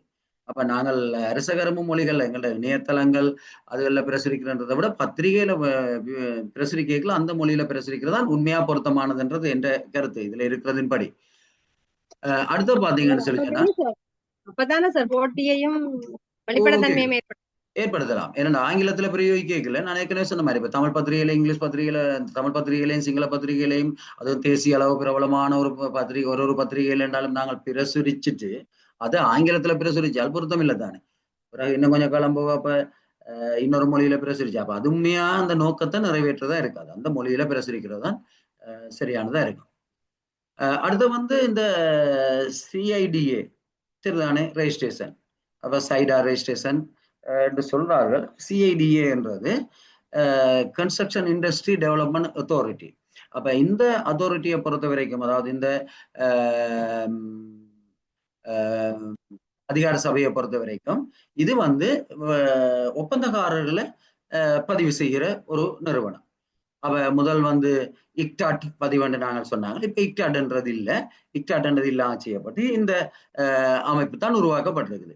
அப்ப இதுல பதிவு செய்தவர்கள் அவர்களுக்கு அந்த நிறுவனத்தால வழங்கப்படுற தரங்களுக்கு ஏற்பத்தான் என்ன பெறுமதியான ஒப்பந்தங்கள் அவர்களுக்கு வழங்கப்படலாம் என்றது தீர்மானிக்கப்படுது. அது வந்து அவர்கள்ட்ட இருக்கிற வளங்களுடைய இயலுமை அதாவது நிதி மற்றும் அடுத்த உபகரணங்கள் அடுத்தது மனித வளம் போன்ற அந்த தேவையான வளங்களுடைய இயலுமை மற்றும் அவர்களுடைய முன் அனுபவம் போன்ற பல விடயங்கள் கருத்துல கொள்ளப்பட்டுதான் அவர்களுக்குரிய அந்த தரம் வகுக்கப்படுது. அப்ப என்ன தரத்துல அவர்கள் சான்றிதழை வச்சிருக்கிறார்களோ அந்தந்த தரத்துக்கு எவ்வளவு பெறுமதியான எவ்வளவுக்கு மேற்படாத ஒப்பந்தங்கள் வழங்கப்படலாம் என்றது இருக்குது. எனவே அதுக்கேற்ற வகையில நாங்கள் ஒரு வேலை ஒப்பந்தம் ஒன்றை வழங்குறமா இருந்தால் எனவே அந்த பெறுமதிக்கு வேலையை செய்யக்கூடிய இந்த சைடா ரெஜிஸ்ட்ரேஷன் இருக்கிற ஒரு நிறுவனத்துக்கு தான் நாங்கள் இதை வழங்க வேணும். சரிதானே. அப்ப இது வந்து முக்கியமான ஒரு நிபந்தனை இது வேலைகளை பொறுத்த வரைக்கும். அப்ப அப்படியான பதிவு உள்ளவருக்கு தான் ஒப்பந்தங்கள் அவர் தான் ஒப்பந்தங்களை வழங்குறதுக்கு தகுதியுடையவரா இருப்பார். ஆனால் ஆவணங்களை யாரும் பெற்றுக்கொள்றதுக்கு ஒரு ஆள் வந்து காசை கட்டி ஆவணங்களை பெற்றுக்கொள்றதுக்கு நாங்கள் இந்த ரெஜிஸ்ட்ரேஷனை கொண்டாடு கேட்கிறேன். அவர் அந்த உரிய தகமையை நாங்கள் விண்ணப்பத்திலேயே கோரப்படுவோம். அப்ப அப்படியான தகமையை கொண்டவர் இருந்தால் அவர் விண்ணப்பிக்கலாம். ஆனால் விண்ணப்ப ஆவணங்களை பெற்றுக்கொள்றதுக்கு அதை நாங்கள் பரிசீலிச்சு கொண்டு இருக்க வேண்டிய அவசியம் இல்லை. ஆனால் பின்னுக்கு நாங்கள் சில நேரம் பார்ப்போம் முத்தகமை என்ற ஒரு விடயம் இருக்குது. சில நேரங்கள்ல ஒப்பந்தங்கள்ல முத்தகமை என்றது கோரப்பட்டால் அப்ப முத்தகமை என்ன கருத்துல கொள்ளப்படும் என்ற விடயங்கள் வினாக்கு ஏற்கனவே வந்திருக்குது. அப்ப முத்தகமை என்றது கோரப்பட்டால் அதுக்கு சில ஏற்பாடுகள் வர இருக்குது. மற்றும் பொதுவாக நாங்கள் எந்த அது பொருட்களா இருக்கலாம் வேலைகளா இருக்கலாம் சேவைகளா இருக்கலாம் அதுக்கு நாங்கள் விலை மனுக்களை சமர்ப்பிக்க இல்லை. வேலைகளுக்கு இந்த பதிவு சான்றிதழை கொண்டிருக்கிறவர்கள் தான் தகமையுடையவர்களா இருந்தாலும் ஆனால் ஆவணங்களை பெற்றுக்கொள்றதுக்கோ சமர்ப்பிக்கிறதுக்கோ இந்த சான்றிதழை கொண்டு வாங்கன்னு கேட்கக்கூடாது. அவர் ஆவணங்களை பெற்றுக்கொள்ளலாம் சமர்ப்பிக்கலாம். ஆனால் அதுல எங்களுக்கு அது தேவைப்படா இருப்பதன் காரணமாக அந்த தேவைப்பாட்டை அவர் பூர்த்தி செய்யாட்டி அது வந்து ஏற்றுக்கொள்ளப்பட மாட்டாது அந்த விலை மனு. சரிதானே? அப்பதான் இதுல சொல்லப்பட்டிருக்கிற ஒரு விடயம். அப்ப அடுத்தது பாத்தீங்கன்னா இந்த பொருத்தமான பதிவை கொண்டிருக்கிற வெளிநாட்டு விலைமனுதாரரும் ஒப்பந்தங்களை சமர்ப்பிக்கலாம். சரிதானே? இப்ப அங்க நாங்க பார்த்தோம் சர்வதேச போட்டிக் கல்வியில உள்நாட்டு ஒப்பந்தக்காரர்கள் பங்கு பெறலாம். அதே மாதிரி இந்த எங்களுடைய இந்த நிறுவனத்துல பதிவு செய்யப்பட்டிருக்கிற வெளிநாட்டு ஒப்பந்தக்காரர்கள் பதிவு செய்து அவர்கள் இங்க ஒப்பந்தங்களை செய்கிறார்கள் என்றால் அவர்களும் அதுல பங்கு பெற்றதுக்கு, ஏனென்றால் அவர்கள் அந்த பதிவு சான்றிதழை கொண்டிருக்கிறார்கள் தானே, அப்ப அவர்களும் அதுல பங்கு பெற்றதுக்கான தகமையை பெற்றிருப்பார்கள் என்றுதான் இதுல சொல்லப்படுது. அடுத்த பாருங்க, வெளிநாட்டு நிதியளிப்பு கருத்திட்டத்துல தேசிய போட்டி விலக்கல்வி. அப்ப சில நேரங்கள்ல எங்களுக்கு வெளிநாட்டு கொடையாளர்களுடனான ஒப்பந்தத்துல அவர்கள் சர்வதேச போட்டி கேள்விய நிபந்தனையாக உட்சேர்ந்திருந்தா மட்டும்தான் நாங்கள் சர்வதேச போட்டி கேள்விக்கு போகணும். அப்ப எல்லா சந்தர்ப்பத்திலையும் அவர்கள் அவ்வாறு செய்வார்கள் என்று இல்லை. அவர்கள் சில நேரம் உள்நாட்டு விலைமனுக்கோர்ல நிபந்தனையாக விதிக்கலாம், அல்லது அவர்களுக்கு அது சம்பந்தமான எந்த விதமான ஆட்சேபனையும் இல்லாம இருக்கலாம். அப்ப அப்படியான சந்தர்ப்பங்கள்ல வெளிநாட்டு நிதியளிப்பு கருத்திட்டங்கள்ல தேசிய போட்டி கேள்வியை பயன்படுத்துறது தொடர்பான ஏற்பாடுகள். அப்ப அதுக்கு கட்டாயம் நிதியளிப்பு முகவற்ற உடன்பாடு தேவை. அப்ப அவர் அதுக்கு சம்மதம் என்றால் எந்த விதமான பிரச்சனையும் இல்லை. ஆனா அவர் சர்வதேச போட்டி கேள்வியைத்தான் வலியுறுத்துவாரா இருந்தால், அதுதான் ஒப்பந்தத்தில் இருக்குமா இருந்தால் நாங்கள் அதுக்குத்தான் போக வேண்டி வரும், எங்களுக்கு வேற மாற்று வழி இல்லை. ஆனால் அவர்களுடைய சம்மதம் இருந்தால் நாங்கள் தேசிய போட்டி கேள்விக்கு போகலாம். அப்ப கட்டாயம் அந்த நிதி அளிக்கிற முகவற்ற உடன்பாடு தேவை. அதே நேரம் வெளிநாட்டினரும் அதே நியதிகள்ல விலைக்கேள்வி சமர்ப்பிக்கிறதுக்கு அனுமதிக்கப்படுவார்கள். ஏன்னா வெளிநாட்டு நிதியில கருத்திடம் தானே. அப்ப வெளிநாட்டினரும் நாங்கள் தேசிய போட்டி கேள்விக்கு கோர்ற நிபந்தனைகள் என்னவோ அதே நிபந்தனைகளுக்கு உட்பட்டு அவர்களும் விலை மனுக்களை சமர்ப்பிக்க முடியும். உள்நாட்டு முன்னுரிமையை நிதியளிப்பு முகவற்ற உடன்பாட்டோட வழங்க வேணும். அப்ப உள்நாட்டு முன்னுரிமை இங்க வழங்கப்படும். வெளிநாட்டு ஆக்களும் அதுல பங்கு பெற்ற முடியும் என்றால், வெளிநாட்டு கருத்திட்டங்கள்ல தேசிய போட்டி கேள்வியை நாங்க பின்பற்றிக்கல, வெளிநாட்டினர்களும் பங்கு பெற்ற முடியும் என்றதால அங்கேயும் உள்நாட்டு முன்னுரிமை ஒன்று தீர்மானிக்கப்பட வேணும். எப்பயுமே வெளிநாட்டினரும் உள்நாட்டினரும் ஒரு பெருகையில பங்கு பெற்றதுக்கான வாய்ப்பளிக்கப்பட்டால் உள்நாட்டு முன்னுரிமை என்ற ஒரு விடயம் அங்க கருத்துல கொள்ளப்படும். அவ இங்க நிதியத்தாரது வேறொரு ஆள். எனவே அவருடைய உடன்பாடு தேவை, தேசிய போட்டி கேள்விக்கும் அவற்றை உடன்பாடு தேவை. அதே நேரம் உள்நாட்டு முன்னுரிமை அளிக்கிறதுக்கும் அவருடைய உடன்பாட்டை பெற்றுக்கொள்றதுக்கு நடவடிக்கை எடுக்க வேண்டாம். அவர் சம்மதிக்காட்டி நாங்கள் அவற்றை நிபந்தனையின்படி தானே, காசு அவற்றை தானே. அப்ப வெளிநாட்டு நிறுவனங்கள் ஆனால் இந்த உரிய சீடா பதிவை கொண்டிருக்க வேணும். சரிதானே? வெளிநாட்டு நிறுவனங்கள் இந்த வேலைகள்ல பங்கு பெற்றிருந்தாலும் அவர்கள் இந்த பதிவை கொண்டிருந்தா தான் இதுல பங்கு பெறலாம். இந்த பதிவை கொண்டில்லாத வெளிநாட்டு பதிவுகளை வச்சுக்கொண்டு நாங்கள் அதை பின்பற்றதில்லை. மற்றபடி இலங்கையில பதிவு செய்யப்பட்ட இந்த பதிவை கொண்டிருக்கிற பல வெளிநாட்டு நிறுவனங்கள் இருக்குது என்றது உங்களுக்கு தெரியும். அடுத்தது நாங்க பார்ப்போம், இது போட்டி சரிதானே. அது சர்வதேச போட்டி கேள்வி, அடுத்தது தேசிய போட்டி கேள்வி. அப்ப அது சம்பந்தமாக இருக்கிற ஏற்பாடுகள். அப்ப அதை நாங்க வச்சிடோம். அப்ப ரெண்டு விடையும் பார்த்துட்டோம், ரெண்டு வகையான பெருக முறைகள் பார்த்துட்டோம். அடுத்த மூன்றாவது வரையறுக்கப்பட்ட சர்வதேச போட்டி கேள்வி அல்லது வரையறுக்கப்பட்ட தேசிய போட்டி கேள்வி. அப்ப இந்த விடயங்களை பொறுத்த வரைக்கும் எங்களுக்கு ஒரே ஒரு வித்தியாசம் தான் வரும், மற்றது எல்லாமே ஒரே மாதிரி தான் வரும். ஒரே ஒரு வித்தியாசம் தான், வரையறுக்கப்பட்ட சர்வதேச போட்டி கேள்வி என்றால் விளம்பரம் சர்வதேச ரீதியாக நிறுவனங்கள் தெரிவு செய்யப்படும். தேசிய போட்டி கேள்வி என்றால் தேசிய ரீதியாக தெரிவு செய்யப்பட்ட நிறுவனங்களா இருக்கும். அப்ப அதை வச்சு கொண்டால் மற்றும்படி எல்லா நிபந்தனை. அப்ப முன் தெரிவு செய்யப்பட்ட பட்டியலில் உள்ளவர்கள்ட்ட மட்டும்தான் விலை மனு கோரப்படும். அப்ப ஏற்கனவே ஏதோ ஒரு வகையில அதை நாங்க பார்ப்போம், ஏதோ ஒரு வகையில முன்னுக்கே நாங்க வழங்குனர்களையோ விநியோகஸ்தர்களையோ அல்லது ஒப்பந்தக்காரர்களையோ தெரிவு செய்து வச்சிருப்போம். அது ஒரு பட்டியல் எங்கள்கிட்ட இருக்கும். அது சர்வதேச ரீதியா தெரிவு செய்யப்பட்டிருந்தால் அவர்கள்ட்ட கொடுத்து நாங்கள் எடுக்கிறது சர்வதேச மட்டுப்படுத்தப்பட்ட போட்டி கேள்வி. தேசிய ரீதியா இருக்கிறார்கள்ட்ட பட்டியலை நாங்க வச்சிருந்தோம் என்றால் அவர்கள்ட்ட எடுக்கிறது தேசிய மட்டுப்படுத்தப்பட்ட போட்டி கேள்வி.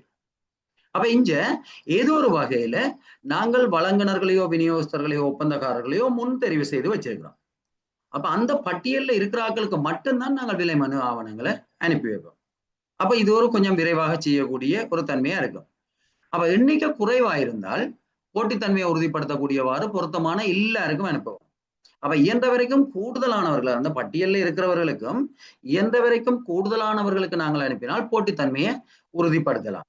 அப்ப மிக அதிக அளவான ஆட்கள் இருக்கைகளை நாங்கள் தெரிவு செய்யப்பட்ட ஒரு குறிப்பிட்ட எண்ணிக்கையான, அது பெருகையை பொறுத்து, இப்ப எத்தனை பேருக்கு அனுப்ப வேணும் என்றதெல்லாம் இல்லை, பெருகையில அதனை பார்த்து நம்ம பெருகையினுடைய குறிக்கோள்கள் அதெல்லாம் எதிர்பார்க்கப்படுற விடயங்களை நாங்கள் அடைஞ்சு கொள்ள வேணும். அதைத்தான் பெருக குழுக்களும் பெருக நிறுவனமும் பின்பற்ற வேணும்.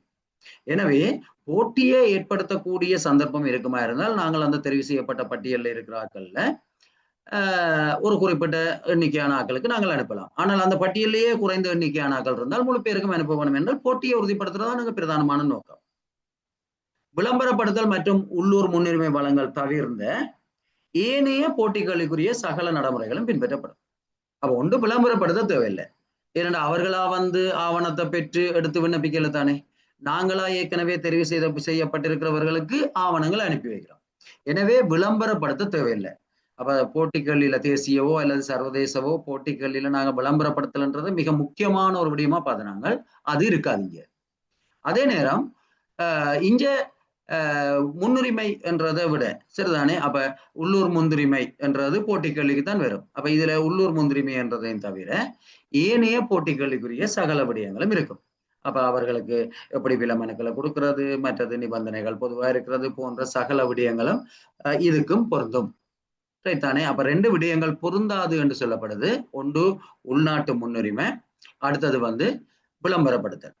அப்ப உள்நாட்டு முன்னுரிமை என்றது பொருந்தக்கூடிய பெருக முறைகள் என்றது 2 இருக்குது. அப்படி நாங்கள் ஊகிச்சு கொண்டு போனால் அப்ப அதெல்லாம் வினாவாக வரையல. ஒன்று சர்வதேச போட்டி கல்வி அல்லது தேசிய போட்டி கல்வி. சரியா. மட்டுப்படுத்தப்பட்டிருந்தால் அங்க அந்த 2 விடயங்களும் தவிர்க்கப்பட்டு இருக்குது. எது விளம்பரப்படுத்தலும் உள்நாட்டு முன்னுரிமையும். அடுத்தது வந்து இதுல விலைமனு கோர்றது. அப்ப நாங்கள் வரையறுக்கப்பட்ட முறைமை என்று சொல்லி சொன்னால் முன் தெரிவு செய்யப்பட்ட பட்டியலில் உள்ளவர்களுக்கு மட்டும் அவர்கள்ட்ட இருந்து மட்டும் விலைமனு கோரப்படும். அதுதான் நாங்கள் பார்த்த விஷயம். சரியா. அடுத்தது இந்த முறை பின்பற்றப்படுற சந்தர்ப்பங்கள். அப்ப எப்ப இந்த முறை பின்பற்றப்படும் என்றால் மட்டுப்படுத்தப்பட்ட அளவு கேள்விக்காரர் இருந்தால், அப்ப ஒரு குறிப்பிட்ட அளவான கேள்விக்காரர் தான் இருக்கிறோம், அவர்களை நாங்கள் பதிவு செய்திருக்கிறோம். எனவே அவர்களுக்கு மட்டும் அனுப்பி வைக்கிறோம். அப்ப தேவையில்லாம நாங்கள் செலவுகளை செய்து காலத்தை வீணடிக்க தேவையில்லை. போட்டி கேள்விக்கு போனார். அல்லது ஒப்பந்த தொகை போட்டி விலைமனு கோரல் மூலம் விலைமனுதாரரை ஈர்ப்பதற்கு போதுமானதாக இல்லாட்டி, அப்ப குறைந்த பெறுமதியான பெறுகைகளுக்கு அப்ப போட்டி விலைமனு பெரிய நிறுவனங்கள் அதுல பங்கு பெற்றதுக்கு ஆர்வம் காட்டாது. எனவே நாங்கள் குறிப்பிட்ட தெரிவு செய்த பங்கு பெற்ற கூடிய நிறுவனங்களுக்கு விலைமனுக்களை அனுப்பி அவர்கள்ட்ட இருந்து எடுத்து இந்த வேலையை செய்யறோம். அதே நேரம் போட்டித்தன்மையை உறுதிப்படுத்துறதுக்கு போதுமான விலைமனுதாரர் இருக்கணும். சரிதானே. அப்ப என்ன உங்களுக்கு போட்டி கேள்வி முறைக்கு போற அளவுக்கு பெரிய பெறுமதியான தொகை இல்லை. அதால தெரிவு செய்யப்பட்ட ஆட்களுக்கு நிறுவனங்களுக்கு நாங்கள் இதை கொடுக்கிறோம். ஆனாலும் எங்கள்கிட்ட இருக்கிற பட்டியல்ல அல்லது நாங்கள் தெரிவு செய்யப்பட்டு வச்சிருக்கிறார்கள் போட்டித்தன்மையை உறுதிப்படுத்தக்கூடிய அளவுக்கு ஒரு கணிசமான எண்ணிக்கையான இருக்கணும். ஒரு ஆள் 2 பேரை மட்டும் நாங்கள் பதிவு செய்து வச்சுக்கொண்டு இந்த முறையை பின்பற்றினோம் என்றால் அது தவறான விளைவை தரும். எப்பவுமே பெருகையினுடைய குறிக்கோள்கள் அடையப்பட வேணும். சரிதானே. அதனுடைய அடிப்படை கோட்பாடுகளோ குறிக்கோள்களோ அடையப்படக்கூடிய மாதிரி அந்த கோட்பாடுகள் பெருகையினுடைய கோட்பாடுகள் அல்ல அடிப்படையாக கொண்டுதான் எந்த பெருக நடைமுறையும் பின்பற்றப்பட வேணும். அப்ப எனவே இங்க வந்து போதுமான போட்டியை உருவாக்கக்கூடிய அளவுக்கு எண்ணிக்கையில ஆட்கள் இருக்க வேணும். ஆனால் போட்டி கேள்வி முறை மூலம் விளம்பரம் செய்து ஆட்களை ஈர்க்கக்கூடிய அளவுக்கு பெறுமதியான ஒரு பெருகை அல்ல.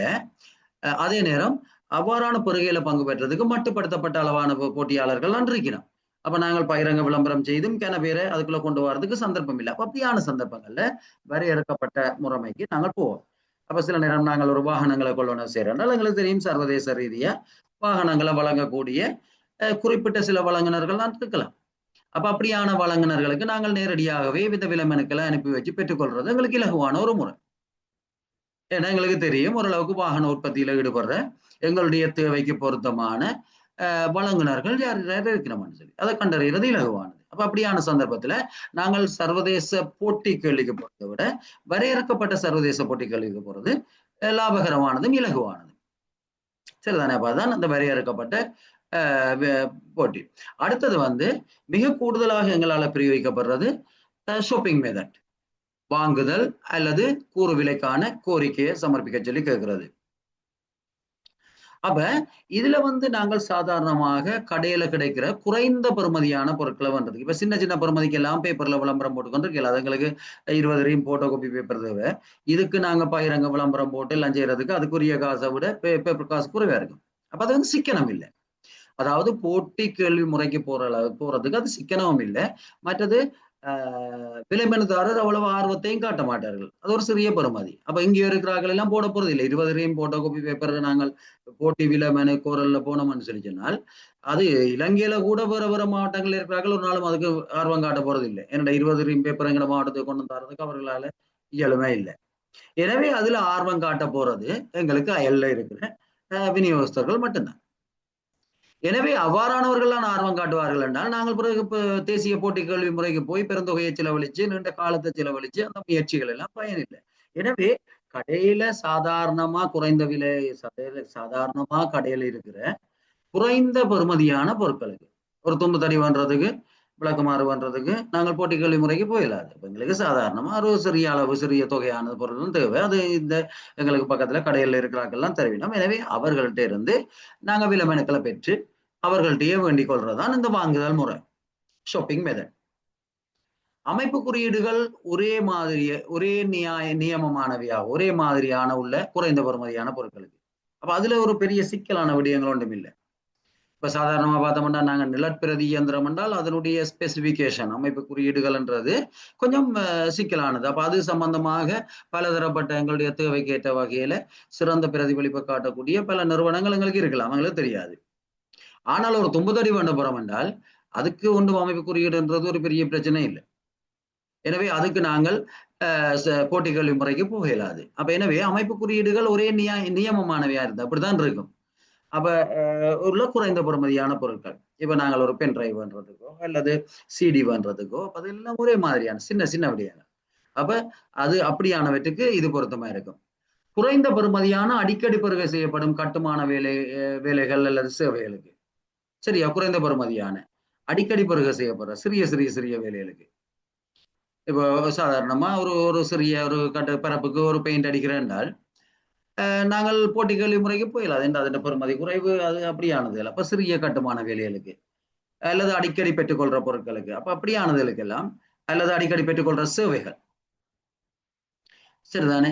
அப்ப அப்படியானவற்றுக்கு நாங்கள் சில நேரங்கள்ல போட்டி கல்வி முறை என்றது பொருத்தம் இல்லாம இருந்தால் அந்த சந்தர்ப்பத்துல நாங்கள் இந்த வாங்குதல் முறைமையை தான் பின்பற்றுவோம். அப்ப இங்கேயும் நாங்கள் பதிவு செய்யப்பட்ட வழங்குனர்களுக்கு தான் கூறு விலைக்கான கோரிக்கை வழங்கப்பட வேணும். அப்ப எப்படியோ வழங்குனர்களை அல்லது ஒப்பந்தக்காரரை நாங்கள் பதிவு செய்ய வேணும். அப்ப அதுக்காக சில முறைகளை பின்பற்றலாம். ஒவ்வொரு நிறுவனமும் வருட தொடக்கத்துல அந்த வருடத்துல காகிதாதிகளை வழங்குறதுக்கு ஆர்வமுள்ளாக்களை கோரி அவர்களை பதிவு செய்யலாம். அத மாதிரி சிறிய ஒப்பந்த வேலையில செய்யறதுக்கு இருக்கிற அந்த பிரதேசத்துல இருக்கிற ஒப்பந்தக்காரர்களை பதிவு செய்யலாம். அவ்வாறு பலதரப்பட்டவர்களை நாங்கள் பதிவு செய்து வச்சிருக்கலாம். எனவே எங்கள்கிட்ட தெரியும் என்ன வேலைன்னு பார்த்தாலும் அதுக்காக யார் பதிவு செய்து, அதாவது நாங்கள் பார்க்கிறோம் என்ன ஆர்வமுள்ள தரப்பினருக்கு பெருகையில பங்கு பெற்றதுக்கு சந்தர்ப்பம் கொடுக்க வேணும். அப்ப ஏற்கனவே நாங்கள் இது ஒரு முறையில ஆர்வம் உள்ளவர்கள் பதிவு செய்யுங்கன்னு சொல்லியிருக்கணும். எனவே எங்களுடைய பெருக நடவடிக்கையில பங்கு பெற்றதுக்கு ஆர்வம் உள்ளவர்கள் தங்களை பதிவு செய்திருக்கிறார்கள். எனவே அவர்களுக்கு நாங்கள் கொடுத்து பொருட்களை பண்றது என்றதான் இந்த எண்ணெய் கருவா போகுது. அப்ப இது சிறிய வேலைகளுக்கு. அப்ப பதிவு செய்யப்பட்ட வழங்குனர்களுக்கு கூறு விலைக்கான கோரிக்கைகள் கொடுத்து பொறியிடப்பட்ட விலை மனுக்கள் பெறப்படும். அப்ப எதுலையுமே பொறியிடப்பட்ட விலை மனு தான், இங்கேயும் பொறியிடப்பட்ட விலை மனுக்கள் தான் நம்ம பெற்றுக்கொள்ளணும். தொலைபேசி அல்லது தொலைநகல் அல்லது வாய்மொழி மூலம் ஏற்றுக்கொள்ள முடியாது. சரிதானே. தொலைநகல்ல ஒரு ஆள் கூறு விலையை அனுப்பலாது. அப்போ ஒன்றில் நேரடியாக கொண்டு வந்து அவர் பொறியிட்ட கடுதுரையை தரணும் அல்லது பதிவு தபால்ல அனுப்பி வைக்கணும். சரிதானே. சில நேரங்கள்ல நாங்கள் இலத்திரனியல் அரச பெருகை என்ற ஒரு எண்ணெய் கருவை நோக்கி வளர்ந்து கொண்டிருக்கிறோம். அதை அன்றைக்கு பார்த்து நாங்கள் கடந்த வகுப்புல. அப்ப அப்படியான சந்தர்ப்பங்கள்ல கடவுச்சொல் பாதுகாப்பு இருக்கிற இலத்திரனியல் முறையை பயன்படுத்தி பெருகையில பெற்றுக்கொள்ளலாம். அப்ப வேற ஆக்கள் அணுக முடியாத சரிதானே. அப்போ ஒரு பெருக நிறுவனம் ஒரு விலைமனுதாரர் விலைமனுவை சமர்ப்பித்தால் அதை அந்த நேரத்துல அந்த இப்ப நாங்கள் விலைமனுக்களை திறக்கிறது போல அந்த நேரத்துல அந்த விலைமனுவை திறக்கிறதுக்கு அதிகாரம் பெற்றவர்கள் மட்டும்தான் பார்வையிடக்கூடிய வகையில ஏனையவர்கள் பார்வையிட முடியாத வகையில ஏற்பாடுகள் செய்யப்பட்ட ஒரு பாதுகாப்பான இலத்திரனியல் முறையா இருந்தால் அதை பின்பற்றுறது இந்த முறைக்கும் வாங்குதல் முறைக்கும் அதை பின்பற்றுறது பிழை இல்லை. சரிதானே. அப்படி செய்யலாம். அப்ப அதை நோக்கித்தான் போய்கொண்டிருக்கேன். அதென்றால் நாங்கள் எங்களுக்கு இந்த பெட்டியில உணர்ந்து போடுறது அல்லது பதிவு தபால்ல அனுப்புறது எல்லாம் இல்லை. அவர் தன்னுடைய எடுத்து ஸ்கேன் பண்ணி போட்டு டாக்குமெண்ட்ஸை போட்டு விடலாம். சரிதானே? பிறகு உரிய நேரத்தில் ஆவணங்களை கொண்டு வந்து சமர்ப்பிக்க வேண்டியிருக்கும். அது வளர்ச்சி அடைய வேணும். ஏனால் இலத்திரனியல் அரச பெருகை என்றது அது இன்னும் வழிகாட்டல்களை கொண்டு வந்து இன்னும் வளர்ச்சி அடைய வேணும். அது இப்ப ஆரம்ப கட்டத்தில் இருக்குது. ஆனால் அந்த முறையை நாங்கள் பின்பற்ற முடியும் என்றது சொல்லப்பட்டிருக்குது. அப்ப கட்டாயம் பதிவு தபால் அல்லது நேரடியாகத்தான் வர வேணும் என்றது இல்லை. அப்ப இந்த வாங்குதல் முறைக்கு கேள்வி பிணை என்றது கட்டாயம் இல்லை. சரிதானே? ஆனா கேள்வியின் தன்மைக்கு ஏற்ப சில நேரம் கேள்வி பிணை கூறுறது பிள்ளை இல்லை. அதை அந்த நிறுவனம் தீர்மானிச்சு கொள்ளலாம். ஆனால் வாங்குதல் முறைக்கு ஷாப்பிங் மெத்தடுக்கு கேள்வி பிணைன்றது கட்டாயம் இல்லை. அப்ப இங்க ஒரு புதிய சொல்லொண்டு வருது, அல்லது இதுவரை நாங்கள் கலந்துரையாடாத ஒரு சொல்லொண்டு கேள்வி பிணை. நீங்க ஏற்கனவே அறிஞ்ச சொல்லுத்தான், ஏற்கனவே முந்தைய பெருகை முறைகள்லையும் இது இருந்தது. அப்ப கேள்வி பிணை, கேள்வி பிணை என்றது ஒரு கேள்வியை சமர்ப்பிக்கல, அதோட சேர்த்து அவர் ஒரு கேள்வி பிணையை சமர்ப்பிக்க வேணும். அப்ப கேள்வி பிணை சமர்ப்பிக்கப்படுறது அவர் தெரிவு செய்யப்பட்டால் அதுல இருந்து அவர் பின்வாங்காம இருக்கிறத உறுதிப்படுத்துறதுக்காக. அவர் தெரிவு செய்யப்பட்டால் அவர் ஒப்பந்தத்தை செய்து கொள்றதை ஊக்கப்படுத்துறதுக்காக.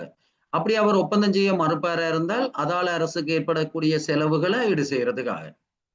அப்ப ஒரு குறிப்பிட்ட தொகை கேள்வி பிணையா பெற்றுக்கொள்ளப்படும். ஒருவர் தெரிவு செய்யப்பட்டு முடிந்த பிறகு அவரோட ஒப்பந்தம் கைச்சாத்திடப்பட்ட பிறகு ஏனையவர்களுடைய கேள்வி பிணைகள் விடுவிக்கப்படும்.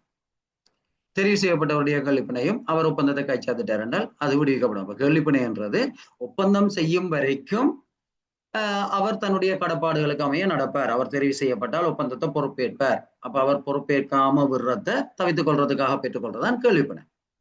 அப்ப நாங்க பொதுவாக வாங்குதல் முறையில அல்லது சில நேரம் போட்டி கல்வி முறையில கூட போட்டி கல்வி முறையில நாங்கள் விளம்பரங்களை கோல் பண்ணைகள நாங்கள் அதுல உள்ளடக்கி இருப்போம்.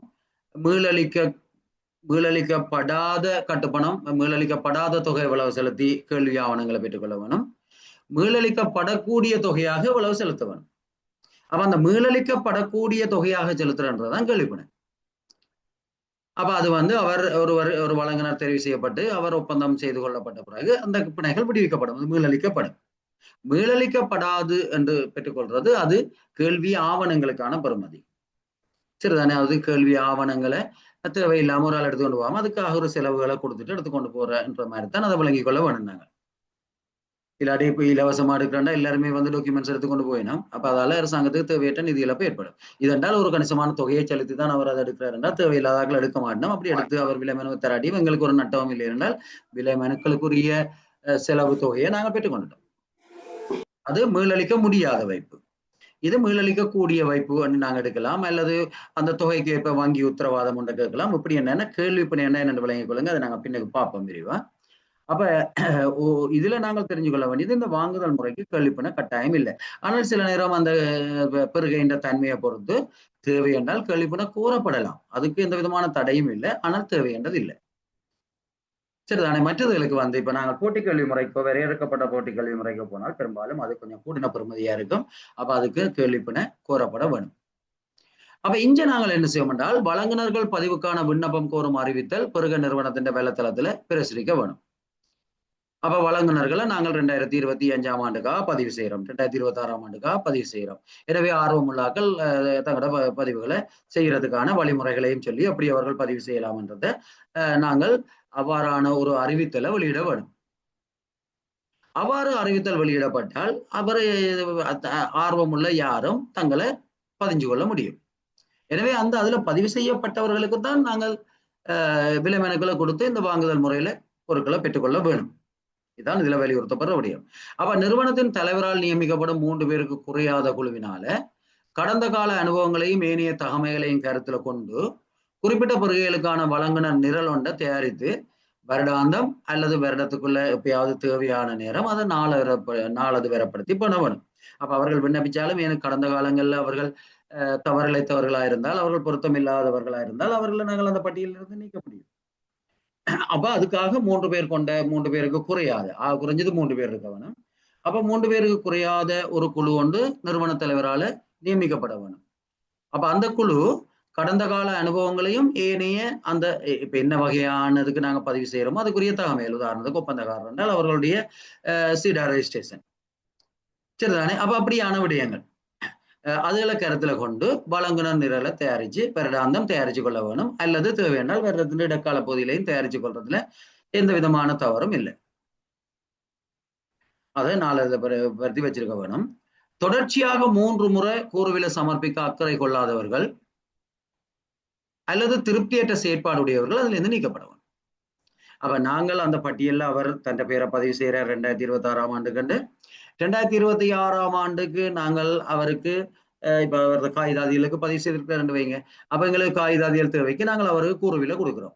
ஆனா தொடர்ச்சியா 3 முறை நாங்கள் அவருக்கு கூறுவிலை கொடுத்தோம், அவர் எங்களுக்கு கூறுவிலையை சமர்ப்பிக்கல என்றால் இனி அவர் அந்த பட்டியலிருந்து நீக்கவில்லை. ஏனால் அவருக்கு இனி கொடுத்துக்கொண்டு பிரயோசனம் இல்லை தானே, அவர் அதுல ஒரு ஆர்வமா இல்லை. அப்படியானது நீக்கலாம். அல்லது தவறுடைய செயற்பாடுடையவர்கள், ஏற்கனவே தெரிவு செய்யப்பட்டு உரிய முறையில பொருட்களை வழங்காதவர்கள் அல்லது ஏதேனும் எங்களுக்கு தவறிழைத்தவர்கள் இருந்தால் அவர்களையும் அந்த நிரல்ல இருந்து நீக்கிறதுக்கு முடியும். அப்ப யார அவர்கள் விண்ணப்பிச்சிருந்தாலும் கூட அவர்களை அந்த பதிவு செய்யப்பட்ட வழங்குனர் நிரல்ல இருந்து நீக்கிக் கொள்ள முடியும். அதை பார்த்துக் கொள்ளுங்க. போதுமான எண்ணிக்கையானோர் பதிவு செய்யாட்டி தொலைபேசி விவரக்கொத்துல அல்லது எங்களுக்கு தெரியும் தொலைபேசி விவரக்கொத்துல வானவில் பக்கங்கள் அப்படி எல்லாம் இருக்கிறது. அந்த விவரக்கொத்தும் பயன்பாட்டுல பாய்க்கிறதுல இப்ப ஹேண்ட்போன் வந்தோட இல்லை, ஆனால் ஹேண்ட்போன் இருக்கிறாங்களுக்கு தெரியும் ஒவ்வொரு வருடமும் தொலைபேசி விவரக்கொத்து சில டெலிகாமால வெளியிடப்படுறது. அப்ப அதுல தொலைபேசி இலக்கம் மட்டும் இல்லை, பல விளம்பரங்களும் அதுல இருக்குது. அதுல இவ்வாறான வழங்குனர்கள் தங்களை பெயரை பதிவு செய்திருப்பார்கள் என்னென்னது. அப்ப அதுவும் பொதுவாக அவர்கள் விண்ணப்பிச்சு பதிவு செய்து, எனவே அதுல இருக்கிற வழங்குனர்களையும் நாங்கள் தெரிவு செய்யலாம். அல்லது இலத்திரனியல் வர்த்தக வலைத்தளங்கள்ல அப்படியான வலைத்தளங்கள் இருந்து தங்களுடைய பெயரை பதிவு செய்துள்ள வழங்குனர்களுக்கும் அல்லது சந்தையில் உள்ள பிரபலமான நிறுவனங்களுக்கும் கூறுவிலைகள் அனுப்பலாம். சரிதானே? அப்ப இதுதான் கடைசி வேலை. இப்ப பதிவு செய்யாத ஆட்களுக்கு அனுப்புறதுக்கும் சந்தர்ப்பம் இருக்குது. அப்ப நாங்கள் என்ன பெருகையினுடைய அடிப்படை கோட்பாடுகளை நிறைவேற்றக்கூடிய வகையில நாங்கள் இதை செய்ய வேணும். அப்ப அதுக்குரிய நியாயப்பாட்டுக்கு பொறுப்பு அந்த பெருக நடவடிக்கையில ஈடுபடுபவர்கள். மற்றும்படி அது பதிவு செய்தவர்களுக்கு அனுப்பலாம். அது மாதிரி அதுல போதுமான ஆட்கள் இல்லைன்னு சொன்னால் வானவில் பக்கங்கள்ல வெப்ஜியோர் பக்கங்கள்ல இருக்கிறவர்களுக்கு அனுப்பலாம், அது தொலைபேசி விவரக்கொத்துல. அல்லது பொருத்தமான வர்த்தக இணையதளங்கள்ல தங்களுடைய பெயரை பதிவு செய்துள்ளவர்களுக்கு அனுப்பலாம். அல்லது எங்களுடைய பிரதேசத்துல பிரபலமான அந்த எங்களோட சந்தையில் இருக்கிறால் எங்களுடைய பிரதேசத்துல அவ்வாறான பொருட்களை வழங்கக்கூடிய, இப்ப எங்களுக்கு ஒரு காகிதாதிகள் தேவை, ஆனா ஒரு பெரிய காகிதாதி கடை இருக்குது, எங்களுக்கு தெரியும் அவர்கள் தரமான பொருட்களை மலிவா விற்கிறார்கள், ஆனால் அவர்கள் தங்களை பதிவு செய்யறதுல ஆர்வம் காட்டல, எனவே நாங்கள் அவர்களுக்கும் கொடுக்கலாம். சரிதானே? அப்ப கண்டிப்பாக பதிவு செய்யப்பட்ட வழங்குனர்களுக்கு தான் கொடுக்க வேணும் என்று சொல்லப்படல, ஆனால் அதுக்குரிய சரியான நியாயப்பாடு இப்பயும் நாங்கள் நிதி தொடர்பான ஒரு நடவடிக்கையில ஈடுபடைக்கல எங்களுக்கு அதை நியாயப்படுத்த வேண்டிய பொறுப்பு இருக்குதானே. அப்ப அதுக்கேற்ற வகையில் அதுக்கான காய்வுக்கா இருந்தா என்ன அல்லது யாருக்கா இருந்தா என்ன அந்த நியாயப்பாட்டை வழங்கக்கூடிய வகையில நாங்கள் வழங்குனர்களை தெரிவு செய்யணும். அப்ப எங்கள்ட்ட ஒரு கேள்வி வரலாம், எப்படி நாங்கள் இந்த வழங்குனர்களை தெரிவு செய்வோம், ஏன் இவர்களுக்கு மட்டும் அனுப்பினாங்கன்றதுக்கு ஒரு சரியான பதில் இருந்தால் சரியானது. அப்ப எங்கெங்க இருந்து தெரிவு செய்யலாம் என்றால், ஒன்று நாங்கள் வருடாந்தம் அல்லது தேவைக்கேற்ப பதிவு வச்சிருப்போம், அதுல இருந்து எடுக்கலாம். அடுத்தது வெப்ஜியோர் பக்கங்கள், அதாவது வானவில் பக்கங்கள்ல, அதாவது தொலைபேசி விவரக்கொத்துல இருந்து எடுக்கலாம். அல்லது இது சம்பந்தமான வர்த்தக இணையதளங்கள்ல இருந்து எடுக்கலாம். அல்லது சந்தையில் இருக்கிற பிரபலமான நிறுவனங்களுக்கு நாங்கள் அதை கொடுக்கலாம். அப்ப இதுதான் வாங்குதல் முறை. அதுக்குரிய எல்லைகள் எல்லாம் நாங்க அப்புறம் பார்ப்போம். அப்ப வாங்குதல் முறை என்றால் என்ன வேண்டும், அப்ப அதுல இருக்கு வினாக்கள் விரைக்கல. அடுத்தது நேரடி ஒப்பந்தம் செய்கிறது. நேரடி ஒப்பந்தம் செய்கிறதுன்றது அது வேறுபட்ட ஒரு விடயம். அப்ப அது போட்டி இல்லாத சந்தர்ப்பங்கள்ல தனியொரு வழங்குனர் தான் இருந்தால் அதுல இருந்து பண்டங்கள் சேவைகளை பெற்றுக்கொள்றதை குறிக்கும்.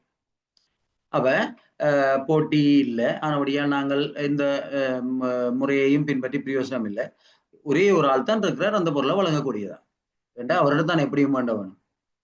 அப்ப அது சில விசேடமான பொருட்களுக்கே இருக்கும். நாங்க பார்ப்போம். விதிவிலக்கான சூழ்நிலையில மட்டும் இது பயன்படுத்தப்படும், எல்லா சூழ்நிலையிலும் இல்லை. பொதுவாக ஒழுங்குபடுத்தும் குழுக்களால் விலைகள் நிர்ணயிக்கப்படும் போது அவ இப்படியான சந்தர்ப்பத்துல சில நேரம் பாத்தீங்களான்னு சொல்லிச்சனால் விதிவிலக்கான சூழ்நிலைன்றது இப்ப சில பொருட்கள் இதுதான் விலை என்று ஏற்கனவே நிர்ணயிக்கப்பட்டிருக்கு. அப்ப அந்த பொருட்களுக்கு நாங்கள் கூறு விலைக்கு போக வேண்டிய அவசியம் இல்லை. உதாரணத்துக்கு சொல்றேன் என்றால் பான் ஒரு ராத்தில். அப்ப பான் ஒரு ராத்தில்ன்றது அது இவ்வளவு நிறையில இருக்கணும், அது இன்ன விலை தான் விற்கலாம்ன்றது நியமப்படுத்தப்பட்டிருக்கு. அப்ப எங்களுக்கு சில நேரம் ஒரு 15 ராத்தில் பான் பண்ணணும் என்றால் நாங்கள் அதுக்கு ஒரு 4 கடைக்கு கொடுத்து 4 பேக்கரைக்கு கொடுத்து எடுக்க வேணும்ன்ற அவசியம் இல்லை, நியாயப்படுத்தலாம். ஏனென்றால் அது ஒழுங்குபடுத்தப்பட்ட விலை. சரிதானே. அப்படியானது விலை மாற போறதில்லை, தரம் மாற போறதில்லை. அது அரச நிறுவனங்களால கண்காணிக்கப்படுது. எனவே அப்படியான விலைகள் நிர்ணயிக்கப்படுகிறது. அதான் விலையா இருக்கு. எனவே அதுக்கு நாங்கள் போட்டி இந்த பருவ முறைமைக்கு போறது சிக்கனம் இல்லை. அப்ப நேரடியாகவே நாங்கள் அதை கொள்வனம் செய்யலாம். ஏற்கனவே உள்ள உபகரணங்களோடு பொருந்தக்கூடிய உபகரணங்கள். இப்ப நாங்கள் ஒரு பிரிண்டர் வண்டிக்குள்ள போட்டி முறைக்கு போகலாம். இனி அந்த பிரிண்டருக்குரிய டோனரை அந்த ஏஜென்ட் தான் எடுக்க வேண்டியிருக்கு. அதுக்கு எங்களுக்கு வேற மாற்று வழி இல்லை. சரிதானே. அப்ப அப்படியான சந்தர்ப்பத்தில் நாங்கள் நேரடி ஒப்பந்தம் தான் செய்ய வேண்டியிருக்கும். அப்ப நாங்கள் பிரிண்டர் வேண்டேக்கிலேயே அதை கருத்துல கொள்ளணும். അതിന്റെ டோனருண்ட விலை என்ன, பார்ட்ஸுண்ட விலை என்ன, அதான் நாங்க பாக்குறோம். உபகரணங்களை கொள்வனவு செய்யக்கலாம், அதெல்லாம் பார்க்கணும். கொள்வனவு செய்த பிறகு நீ எங்களுக்கு மாற்று வழி இல்லை. அவர்கிட்ட இருந்தால் டோனர் பண்ணணும். டோனர் பண்ணாம நாங்க பிரிண்டரை பயன்படுத்தலாம். அப்ப ஏற்கனவே உள்ள உபகரணங்களோடு பொருந்தக்கூடிய உபகரணங்களையோ அல்லது அதுக்கு தேவையான பொருட்களையோ பண்றதுக்கு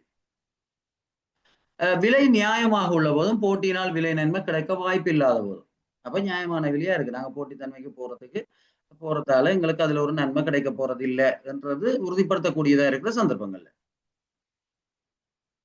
அப்ப இதான் அந்த விதிவிலக்கான சூழ்நிலைகள் என்று சொல்லப்படுது. தனிப்பட்ட மென்பொருட்கள், பாடப்புத்தகங்கள், தேசிய பாதுகாப்போடு தொடர்புடைய பொருட்கள் போன்ற மாற்றீடு இல்லாத தனி உரிமையுடைய பொருட்கள். இப்ப நாங்க ஒரு மென்பொருளை பெற்றுக்கொள்ளணும் என்றால், அப்ப தனிப்பட்ட மென்பொருள் என்றால் அது எங்களுக்கு தேவை, அது எங்களுக்கு பொருத்த முடியாதா இருக்கின்றால் அது அவர்கிட்ட இருந்தானே பெற்றுக்கொள்ளணும். உதாரணத்துக்கு நாங்கள் மைக்ரோசாப்டை பயன்படுத்துறோம் என்றால், மைக்ரோசாப்ட் அது கல்வி முறை குரல் முறை மூலம் பெற்றுக்கொள்ளலாத, அது அவர்கிட்ட இருக்கிற அந்த விலை தான். அது அவர் தான் போகும் ஒரே ஆள். அப்ப அது நாங்கள் நேரடியாக அவர்கிட்ட இருந்தால் கொள்ளணும் செய்யலாம். வேற மாற்று வழி எங்களுக்கு இல்லை. சரிதான். அப்ப தனிப்பட்ட மென்பொருட்களா இருக்கலாம், சில நேரம் பாட புத்தகங்களா இருக்கலாம். ஏன்னா அது வேறு இடத்துல இருந்து எடுக்கலாமே இருக்கலாம், அல்லது தேசிய பாதுகாப்போடு தொடர்புடைய சில பொருட்களா இருக்கலாம். அதாவது மாற்றீடு இல்லை. வேறொரு ஆள்கிட்ட நாங்கள் அதை பெற்றுக்கொள்ளலாம். அதை தான் பயன்படுத்தணும். இப்ப நாங்கள் மைக்ரோசாப்ட் பாய்க்கிறோம் என்றால் அதை தான் பயன்படுத்தணும் என்றால் அது அவர்கிட்ட இந்த மைக்ரோசாப்டை நாங்கள் வேற ஒன்றும் அதை மாற்றலாது. சரிதானே. அப்ப அது பொருத்தமான அப்படியான சந்தர்ப்பங்கள்ல நாங்கள் நேரடி ஒப்பந்தம் போகலாம். அடுத்தது, செயற்பாட்டு தேவைக்கான வடிவமைப்பு செயல்முறை தேவைப்படுகின்ற பொருட்கள். சரிதானே. அப்ப எங்களுக்கு சில நேரங்கள்ல ஏற்கனவே எங்களுக்கு தெரிஞ்ச நியம குறியீடுகள் எல்லாம் இருக்க பிரச்சனை இல்லை. ஆனால் எங்களுக்கு ஒரு உபகரணமோ பொருட்களோ தேவை. அப்ப எங்களுக்கு என்ன தேவைன்னுதான் எங்களுக்கு தெரியுமோ இல்லையா, அந்த தேவையை நிறைவேற்றுறதுக்காக ஒரு உபகரணம் எவ்வாறு வடிவமைக்கப்பட வேணும்னு எங்களுக்கு தெரியாது. அது ஒன்று சந்தையில இல்லை. புதுசா ஒன்று செய்யறோம், ஒரு தொழில்நுட்பம் சார்ந்த ஒரு விடயம். அப்ப நாங்கள் அதை அவர் வடிவமைச்சு தரணும் என்றால், அவர் வடிவமைச்சு தருந்தால் ஒரு ஆள்கிட்ட தானே நாங்கள் அதுக்கு ஒப்பந்தத்தை செய்யலாம். இப்போ உதாரணத்துக்கு சில மென்பொருட்களை நாங்கள் பெற்றுக்கொள்றோம். அப்படியான பொருட்களா இருக்கலாம். இப்ப எங்களுக்கு ஒரு மென்பொருளை பெற்றுக்கொள்றோம் என்றால், நாங்கள் வேணுமென்றால் 4-5 பேர்கிட்ட எங்கள்கிட்ட தேவையை சொல்லி அதை எவ்வளவுக்கு அவர் செய்து தருவாருன்னு கேட்கலாம். ஆனால் எப்படி செய்யறாரு, எப்படி வடிவமைப்புன்றது இப்போ அவர் தான் தீர்மானிக்கும். அப்போ ஒரு ஆளோட நாங்கள் ஒப்பந்தம் செய்த பிறகு அப்புறம் அவர்கிட்ட தான் நாங்கள் எங்களுடைய தேவைகளை சொல்லி மாற்றி கொண்டு போக வேண்டியது. அப்படியானது செயற்பாட்டு தேவைதான் எங்களுக்கு தெரியுமோ இல்லையா, அதுக்காக வடிவமைப்பு செயல்முறை அதுக்கேற்ற வகையில அதை வடிவமைக்க வேண்டிய ஒரு தன்மை இருந்தால் அது செய்யக்கூடிய ஆள்கிட்ட தான் செய்யலாம். அதை நாங்கள் இப்ப சந்தையில் உள்ள பொருட்களை நாங்கள் வேண்டலாம். ஆனால் எங்களுக்கு ஏற்ற மாதிரி வடிவமைக்க வேணும்னு சொன்னால் அது ஒரு அளவு பிடிச்சுதான் செய்யலாம்.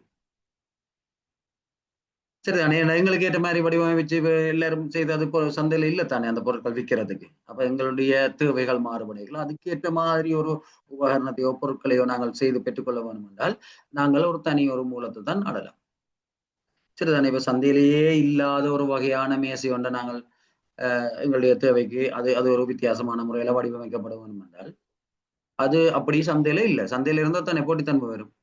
எனவே நாங்கள் என்ன செய்யலாம் என்றால் அப்படியான சந்தர்ப்பத்துல ஒரு தனி வழங்குனர்கிட்ட நேரடி ஒப்பந்தம் செய்யக்கூடிய சந்தர்ப்பம் இருக்கலாம். அப்படியான சந்தர்ப்பங்கள். அடுத்தது, இயற்கை அனர்த்தம் போன்ற விதிவிலக்கான சூழ்நிலைகள்ல அப்ப இந்த நேரத்துல நாங்கள் தேடி தெரிஞ்சு கூற விலைகளை பெற்று சமர்ப்பிக்கிறதுக்கான சந்தர்ப்பங்கள் எங்களுக்கு இல்லை.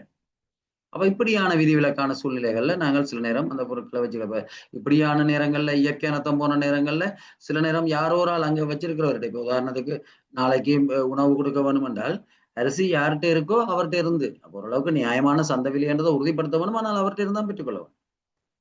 வேற வழி இல்லை எங்களுக்கு. அப்ப அது விதிவிலக்கான சூழ்நிலைகள். அது தனி அவசரப்படுகை என்று நாங்கள் பார்க்கிறோம்.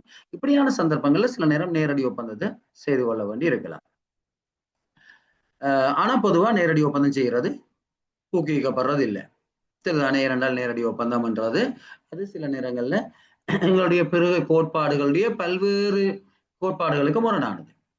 ஆனால் சந்தர்ப்பம் வேற மார்க்கம் வேற வழி எங்களுக்கு தரல என்றால் எங்களுக்கு அதை விட வேற வழியும் இல்லை.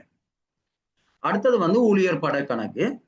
ஊழியர் படக்கணக்கை பொறுத்த வரைக்கும் நான் ஏற்கனவே சொன்னேன், வேலைகளை நிறைவேற்றுறதுக்கு பெருக நிறுவனத்தின் சொந்த வேலையாட்களை அல்லது வாடகைக்கு பெறப்பட்ட தொழிலாளர்களை, வாடகைக்கு பெறப்பட்ட உபகரணங்களை அல்லது நிறுவனத்தின் சொந்த உபகரணங்களை பயன்படுத்தி வேலைகளை செய்யறது. அப்ப நேரடியாவே எங்களுக்கு தேவையான ஒரு வேலையை நாங்களே ஆட்களை எடுத்து ஈடுபடுத்தி அவர்களுக்கு சம்பளத்தை கொடுப்போம், உபகரணங்கள் மூலப்பொருளுக்கு சம்பளத்தை கொடுப்போம், நாங்களே வேலையை செய்யறது. இதைத்தான் ஊழியர் படை கணக்குன்னு சொல்றது, ஃபோர்ஸ் அக்கௌண்ட் தானே. அப்ப இது என்ன சொல்லுதுன்னு சொல்லி சொன்னால், இப்ப சில வேலைகளை நாங்கள் கோர இயலாது, எங்களுக்கு முன்கூட்டியே தெரியாது, அதுக்கு ஒரு மதிப்பீடு தயாரிக்க இயலாது. இப்போ உதாரணத்துக்கு சொல்றேன்னால், ஒரு கட்டிடத்தின் முழுமையான மின்சாரம் எல்லாம் பழுதா போயிட்டு ஒன்றும் வயரிங். அப்ப உண்மையா எங்களுக்கு வயரிங் எல்லாம் பிரிச்சு பார்த்தா தான் தெரியும் எங்க போல என்ன போல இவ்வளவு செலவு வேற பண்றது, அதுக்கு பிறகுதான் தெரியும். அப்ப எங்களுக்கு முன்கூட்டிய புதுசா ஒரு வயரிங் செய்யறதுக்கு நாங்கள் இல்லைமென கோரலாம். ஆனால் ஏற்கனவே செய்தது என்ன பிள்ளைன்னு தெரியாம அது சிறிய பிள்ளையா இருக்கலாம், பெரிய. அப்ப நாங்கள் ஆட்களை வச்சு நேரடியா செய்து நாங்கள் முடிவெடுக்கலாம். அப்ப முன்கூட்டியே மதிப்பீடு செய்ய முடியாத சந்தர்ப்பங்கள் போன்ற விசேட சந்தர்ப்பங்கள் இது பயன்படுத்தப்படும். அப்ப இது மட்டும்தான் நடைமுறைக்கு உகந்த முறை, வேற மாற்று வழி இல்லை என்ற சந்தர்ப்பத்தில் இதை நாங்கள் செய்ய வேண்டி இருக்கும். அப்ப இந்த முறையில மேற்கொள்ளப்படும் வேலை ஒப்பந்தத்தின் கீழே வழங்கலாது.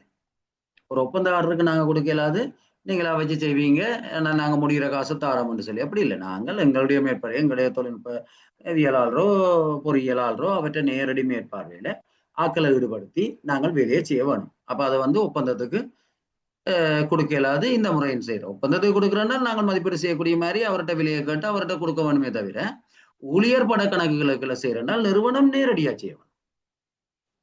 சரிதானே. தன்னிட்ட ஆக்கள் இல்லாட்டி ஆக்களை கூலிக்கு பிடிச்சு அதை சேவிக்கலாம், உபகரணங்கள் இல்லாட்டி உபகரணங்களை வாடகைக்கு எடுத்து சேவிக்கலாம். ஆனால் நேரடியா நிறுவனம் தன்னுடைய மேற்பார்வையில, தன்னுடைய அலுவலர்களுடைய மேற்பார்வையில செய்யறதான் ஊழியர் பட கணக்கு. அப்ப சில நேரங்கள்ல இந்த ஊழியர் பட கணக்கை பொறுத்த வரைக்கும் பாத்தீங்கன்னு சொல்லி சொன்னால், இப்ப முன்கூட்டியே தீர்மானிக்க முடியாதுன்னு சொல்லிட்டேன் இப்ப காரணங்கள்ன்றது. இப்ப சில நேரம் ஒரு ஒரு முன்னரே செய்யப்பட்ட சில வேலைகளை நான் செய்யல, சரிதானே. அது பயரிங்கா இருக்கலாம், அல்லது ஒரு பைப் லைனிங் ஒன்று இங்கேயோ லீக் ஆகுது, இங்கேன்னு தெரியாது, கிண்டி பார்த்தா தான் தெரியும். அப்ப கிண்டி கொண்டு போகத்தான் தெரியும். சில நேரம் ஒரு இடத்துல ஒரு சின்ன பிள்ளையோட முடியும், அல்லது எவ்வளவு தூரம் கண்டின பிறகு கண்டுபிடிப்படும் எங்களுக்கு தெரியாது. அப்ப முன்கூட்டியே நாங்கள் அதுகளை இல்லைகளை வகுத்து கொள்ள முடியாது. அப்ப அப்படியான சந்தர்ப்பத்தில எல்லாம் இந்த வேலையில தான் நாங்கள் செய்வோம். அப்ப சின்ன சின்ன சின்ன வேலையில இருக்கிறது ரிப்பேர் வேலைகள். அப்ப அதுக்கு எல்லாம் எத்தனை சதுர அடி செய்யறதுன்ற ஒன்றுமே இதண்டே இல்லை. அப்ப தேவைக்கு ஏற்ற மாதிரி செய்து கொண்டு போய்க்கலாம். அப்ப அப்படியானவைதான் அதுக்குரிய உதாரணங்களா இருக்கும்,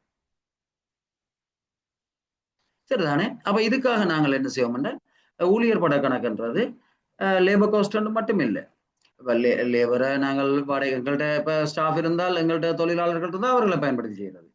அப்ப இங்க லேபர் காஸ்ட் மட்டும் இல்லை, ஊழியர்களை பயன்படுத்தினால் அவர்களை நாங்கள் கூலிக்கு பிடிச்சிருந்தால் அவர்களுடைய கூலி. அதே மாதிரி இப்போ உதாரணத்துக்கு சொல்லுங்களேன், இப்போ பைப் லைன் இங்க எங்களுக்கு தண்ணி எங்கேயோ லீக் ஆகுது, மீட்டர் ஓடிக்கொண்டு இருக்குது, ஆனால் தண்ணி எங்கேயோ லீக் ஆகுது இங்கேன்னு தெரியாது. ரெண்டாவது நாங்கள் பைப் லைன் இருக்கிற இடத்துல எல்லாம் கிண்டி பார்க்கணும். அப்ப கிண்டி கொண்டு போக எங்களுக்கு தெரியாது முழு கையும் கிண்டின பிறகுதான் கண்டுபிடிக்கப்படுதா, அல்லது சில முன்னுக்கே கிண்டி கொண்டு போக அந்த புள்ள கண்டுபிடிக்கப்படுதான்றது எங்களுக்கு தெரியாது. அப்ப எத்தனை கூலி செலவாகும், எவ்வளவு நீளமான பைப் மாற்ற வேண்டி வரும் எங்களுக்கு தெரியாது. ஆனால் எங்களுக்கு வேற மாற்று வழியும் இல்லை. அப்ப எங்களுக்கு இருக்கிற ஒரே வழி ஆக்களை கூலிக்கு பிடிச்சு நாங்கள் அப்படியே ஒரு மேற்பார்வையில வச்சு அதை செய்து கொண்டு போறது. அப்ப செய்து கொண்டு போயல சில நேரம் எங்க பிள்ளை இருக்குன்னு பார்த்தால் அதுக்குரிய நாங்கள் பைப்புகள் அதெல்லாம் மாற்ற வேண்டி வரும். அப்ப தேவைக்கேற்ப அப்ப அந்த அந்த மூலப்பொருட்களையும் நாங்கள் ஒழுங்கு செய்து கொடுக்கணும், அதுவும் அதுக்குள்ள வரும். அதே மாதிரி அதுக்கு தேவையான உபகரணங்கள், அப்ப உபகரணங்கள் எங்கள்கிட்ட இல்லையாண்டா வாடகைக்கு நாங்க பிடிக்க வேண்டி வரும், அதெல்லாம் வரும். அப்ப அதுக்கு ஏற்படுற செலவு எல்லாம் வரும். அப்ப எல்லாமே நாங்க ஊழியர் பட கணக்குன்னு சொல்றோம், அலுவலர்களை கொண்டு வேலை செய்விக்கிறது. ஆனால் அதுக்கு ஏற்படுற மொத்த செலவும் நிறுவனத்தின் மேற்பார்வையில செய்யப்பட்டு அந்த தொகை சீர் செய்யப்படும். என்றால் அது ஒப்பந்தத்துல கொடுக்கறதுக்கோ அல்லது போட்டி முறையை ஏற்படுத்துறதுக்கோ எந்த விதமான வாய்ப்பும் இல்லை, சரிதானே. அப்ப அதான் அந்த அந்த விளக்கத்தை விளங்கி பண்ணீங்கன்னா சரி. அப்ப அடுத்து நீங்க பாத்தீங்கன்னா அவசர பருகை. அவசர பருகைன்றது எதிர்பாராத சூழ்நிலைகள்ல, இயற்கையாலையா இருக்கலாம் அல்லது மனிதனால உருவாக்கப்பட்ட யுத்தங்கள் போன்ற அனர்த்தமா இருக்கலாம். அப்படியான அனர்த்தங்களின் போது செய்யறதுதான் இந்த அவசர பருகை அல்லது அவசர கால சூழ்நிலையில. சரிதானே, அரச நிறுவனங்கள்ல இருந்து பெருக செய்யறதுக்கு தான் கூடுதலா முன்னுரிமை வழங்க வரும். அப்ப எங்களுக்கு அரசு சார்ந்த நிறுவனங்கள்ட்ட எங்களுடைய தேவைகளை நிறைவேற்றக்கூடிய இயலுமை இருந்தால் அது சில நேரம் வேற அரச நிறுவனங்களா இருக்கலாம், அல்லது சில நேரம் கூட்டுத்தாபனங்களா இருக்கலாம், அரச பகுதி நிறுவனங்களா இருக்கலாம். அவர்கள்ட்ட இருந்து பெற்றுக்கொள்றதுக்கு தான் முன்னுரிமை வழங்க வேணும். அப்படி இல்லைன்னு சொல்லி சொன்னால் தான் வெளியில போக வேணும். அப்ப இயன்ற வரைக்கும் அரச நிறுவனங்களுக்கு முன்னுரிமை வழங்க. அப்ப எப்படியுமே லாபம் நட்டம் அதுக்குள்ளே இருக்கும். அப்படி இல்லாட்டி பிரதான கணக்கீட்டு உத்தியோகத்திட்ட அனுமதியோட குறுகிய விலைக்கல்வி காலத்தோடு ஏதேனும் பெருக முறையை பின்பற்றலாம். அப்ப நாங்கள் உடனே அங்க இருக்கிற கடைகளுக்கு கொடுத்து உடனே நாளைக்கே தாங்கன்னு சொல்லி குறுகிய, அல்லது இப்ப பின்னரமே தாங்க, இல்லை 2 மணி தேலத்துல தாங்கன்னு சொல்லி அது சந்தர்ப்பத்துக்கு ஏற்றவில்லை.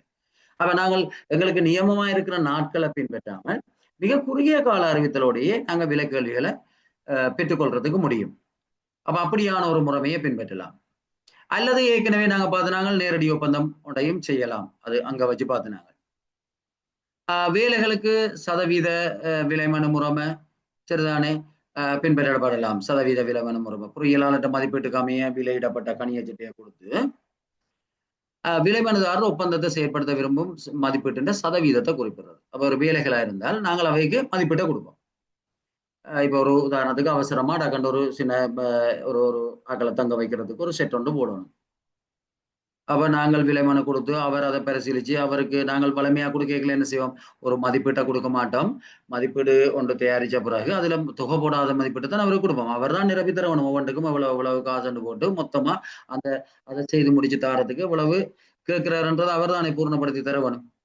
ஆனால் அவசர பொறுகையில நாங்கள் என்ன செய்யலாம் என்றால் மதிப்பீட்டையே தயாரிச்சு ஒரு டெம்பரரி செட் ஒன்று 100 அடி 30 அடி அகலத்துல அடிக்கிறதுக்கு ஒவ்வொன்றுக்கும் அவர் இன்ஜினியர் மதிப்பீடு செய்வார் பொறியியலாளர். அந்த மதிப்பீட்டையே கொடுப்போம். ஏன்னா வேகமா தானே நாங்க பெற்றுக்கொள்ள போறோம். மதிப்பீட்டையே நாங்கள் ஒப்பந்தக்காரர்களுக்கு கொடுத்துட்டு அவையிட்ட கேட்போம் என்னென்றால் இதான் மதிப்பீடு சரிதானே, 50 லட்சம் ரூபாய்க்கு மதிப்பீடு, இத நீங்கள் எத்தனை வீதம் குறைச்சி செய்து தருவீங்க. அப்ப அவர் மொத்தத்தை தான் பார்க்க போறாரு. நாங்க தனித்தனியாக அவர் மதிப்பீடு செய்ய வேண்டிய நேரம் மெனக்கெடு அதுகள் ஒன்றுமே அவருக்கு இல்லை.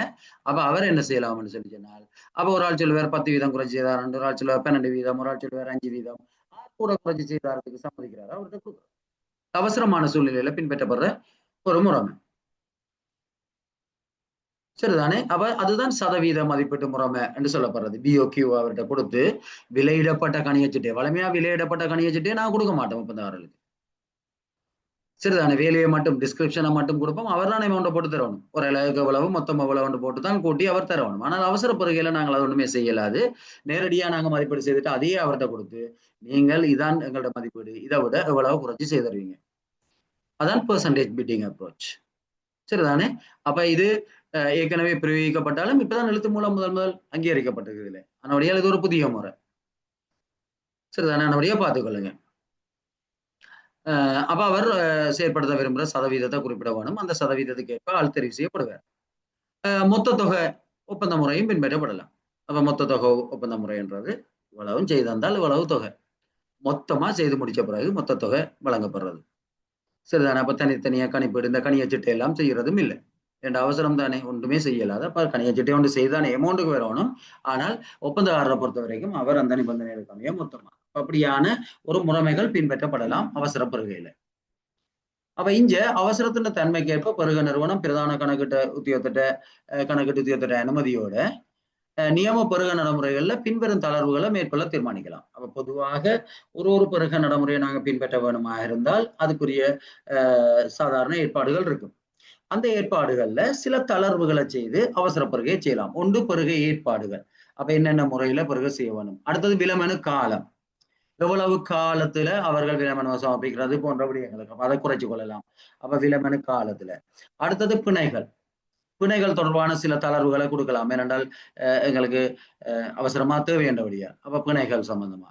அடுத்தது முற்பண கொடுப்பனவு தொடர்பு சம்பந்தமா. அப்ப சில நேரம் முக்கியப்பா வேலையை செய்விக்கிறதுக்காக முற்பண கொடுப்பனவு தொடர்பா சில சலுகைகளை வழங்கலாம். என்ற உடனடியாக அவர் அந்த இயல்மையை கொண்டு கடை அவருக்கு முற்பணத்தை கொடுத்து செய்விக்கிறது. என்றால் எங்களுக்கு அவசரமா இப்படி என்னன்னு வேலை முடியணும். எனவே பெருகைக்கான ஏற்பாடுகளை மேற்கொள்றது, விலைமனு காலம், பிணைகள், முற்பண கொடுப்பனவு போன்ற விடயங்கள்ல சில தளர்வுகளை செய்து கொள்ள முடியும். அடுத்தது முன்னைய ஒப்பந்தத்தை விரிவாக்குதல் அல்லது மாற்றங்கள் செய்தல். ஏற்கனவே ஒப்பந்த வேலையை செய்து கொண்டிருக்கிறார்கள் என்றால் அப்ப அவரை கொண்டு அதை செய்விக்கிறது. சரிதானே. அவ ஏற்கனவே இருக்கிற ஒப்பந்தத்தை அது அப்படியே ஏதாவது செய்யறது. அடுத்தது விலை மனுதாரத்துல தகமைகள் தொடர்பாக சில தளர்வுகளை கொண்டு வர்றது. அவ உண்மையா வளமையா நாங்கள் கேட்கிற தகமைகளை விட சில விட்டு கொடுப்புகளை செய்யறது. ரெண்டால் அவசரமா செய்ய வேணும் என்றபடியா. அப்ப பல ஒப்பந்தக்காரர்களை ஈடுபடுத்துறது. இரண்டால் வேகமா செய்ய வேணும். அப்ப அதுக்காக வேற வேற ஒப்பந்தங்களை வேற வேற ஆக்கள்கிட்ட கொடுத்து விரைவா செய்விக்கிறது. இப்படியாக நாங்கள் வளமையான பெருக செயல்முறையில இருந்து பல்வேறு விலகல்களை ஆனால் எண்ணத்துல விலக போறோம் என்றது தொடர்பாக பிரதான கணக்கெட்டு உத்தியோகத்திட்ட கணக்கெட்டு உத்தியோகத்திட்ட அனுமதியோட தான் அதை செய்யலாம். சரிதான். அவர்கள்ட்ட அது எழுத்துல அனுமதியை பெற்று தான் அந்த இதுல தளர்வுகளை நாங்கள் அப்ப இப்படியான ஒரு சந்தர்ப்பம் காரணமாக நாங்கள் மிக குறைஞ்ச காலத்துல விலவனுக கூற போறோமா அல்லது எப்படி செய்ய போறோம்ன்றத அப்ப வளமையாக இருக்கிற கடப்பாடுகள் அல்லது வளமையாக இருக்கிற நியமங்கள்ல இருந்து சில மாற்றங்களை செய்து இந்த பெருகையை செய்யறதுக்கான அனுமதி வழங்கப்படும். இது அவசர பெருகை. அப்ப அது இங்கே பிரதான கணக்கெட்டு உத்தியோகத்தர் கணக்கெட்டு உத்தியோகத்தருக்கு தான் இந்த அனுமதி வழங்கப்படுது. அடுத்தது வேலை ஒப்பந்தங்கள்ல சமூக பங்கேற்பு. அப்ப இது சமூக பங்களிப்பை ஊக்குவிக்கிறதுக்காக பார்ட்டிசிபேஷன். அப்ப மக்களுடைய சமுதாயத்தினுடைய பங்களிப்பை அரச பெருகைகள்ல ஊக்குவிக்கிறதுக்காக. அப்ப அது கருத்திட்ட நிலைபெற்றுத்தன்மை இரண்டு அந்த சமூகத்துக்காக தான் நாங்கள் கருத்திட்டங்களை செய்யறோம். அப்ப அவர்கள் அதுல பங்கு பெற்றினர்களா இருந்தால் தான் அது நிலைபெறான ஒன்றா இருக்கும். வேலை வாய்ப்புகளை உருவாக்குறது. அப்ப ஒரு இடத்துல ஒரு மக்களுடைய வாழ்வாதாரத்துக்காக தான் ஒரு கட்டிடத்தை கட்டி கொடுக்குறோம் என்றால் அதுலேயே வேலை வாய்ப்பு பெற்றுக்கொள்றதுக்கும் அவர்களுக்கு சந்தர்ப்பத்தை அளிச்சோம் என்றால் மிகவும் பயனுள்ளதா இருக்கும். வெளிநாட்டு கருத்திட்டங்கள் சிலது அப்படித்தான் வலியுறுத்துது. அப்ப வேலை வாய்ப்புகளை உருவாக்குதல், வருமான மீள் பங்கீடு என்பவற்றுக்காக சமூக மட்ட அமைப்புகளை பெருகையில பங்கு பெற்றதுக்கு ஊக்குவித்தல். இதுதான் வேலை ஒப்பந்தங்கள்ல சமூக பங்கேற்பு. பொதுவாக இது வேலை ஒப்பந்தங்களுக்கு மட்டும்தான் சாத்தியமானது. என்னோட வேலைகளை தான் சமூக அமைப்புகள் செய்யலாம். இப்ப பொருட்களை விநியோகிக்க இயலாது தானே, சேவைகளை வழங்க இயலாது தானே. அப்ப வேலை தொடர்பா சேவைகளை பொருட்களை விநியோகிக்கிற உற்பத்தி செய்யற சமூக அமைப்புகள் இருந்தால் அது பொதுவான விடயத்துல பங்கு பெற்றலாம். ஆனால் வேலைகள்ல தான் இதாக கூடுதலா. ஏனென்றால் அங்க இருக்கிற ஆட்களை கொண்டே வேலையை செய்விக்கொள்ளக்கூடிய எல்லா சமூகத்திலேயும் ஊழியர் படை என்று தெரியாததாகவே.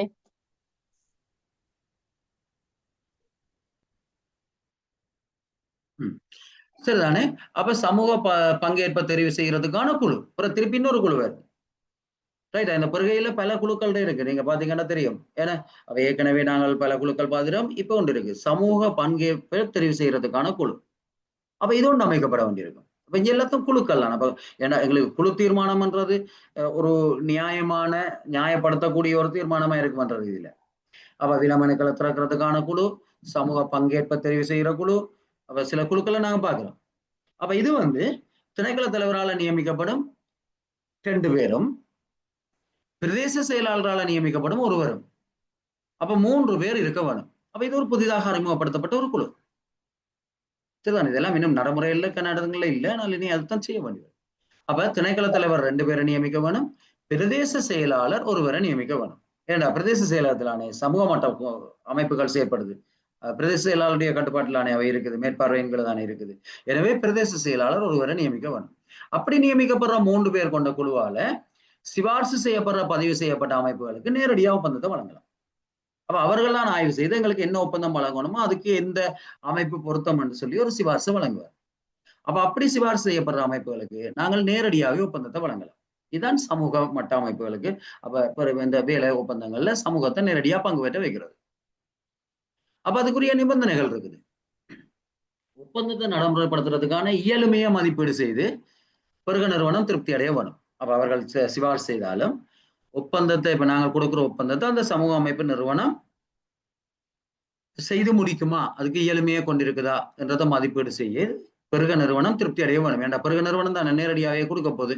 எனவே இவர்கள் சிபார்சு செய்கிற அமைப்புக்கு அந்த இயலுமை இருக்கான்றது அந்த நிறுவனம் திருப்திப்பட்டுக் கொள்ள வேண்டும். அப்ப திணைக்கள தலைவர் அதுல திருப்திப்பட்டு தான் அவர்களே கொடுப்பார். அரச நிறுவனம் ஒன்றுல அமைப்பாக பதிவு செய்து குறைந்தது 1 வருடம் கடந்திருக்க வேணும். அப்ப எங்களுக்கு தெரியும் சமூக மட்ட அமைப்புகள் எல்லாம் ஏதோ ஒரு அரச விவசாய சமூக நிலையம் என்றால் அந்த பிரதேச சபைகளை பதிவு செய்யப்பட்டிருக்கும். கிராம அபிவிருத்தி சங்கங்கள், மாதர் கிராம அபிவிருத்தி சங்கங்கள் போன்ற பிரதேச செயலகங்கள்ல பதிவு செய்யப்பட்டிருக்கலாம். அப்ப சில அமைப்புகள் பிரதேச செயலகங்கள்ல, சில அமைப்புகள் அந்தந்த ஏதோ ஒரு அரசு நிறுவனங்கள்ல பதிவு செய்யப்பட்டு அப்ப பதிவை கொண்டிருக்க வேணும் தானே எல்லா சமூக மட்ட அமைப்புகளும். அப்ப பதிவு செய்து 1 வருஷத்தை கடந்திருக்க வேணும். அப்ப எப்படியான அமைப்புகளும் கொடுக்கணும். ஒன்று பெருக நிறுவனம் திருப்திப்பட வேணும் அவைய இயலுமை சம்பந்தமா. அவர்கள் பதிவு செய்து ஒரு வருடத்தை கடந்திருக்க வேணும்.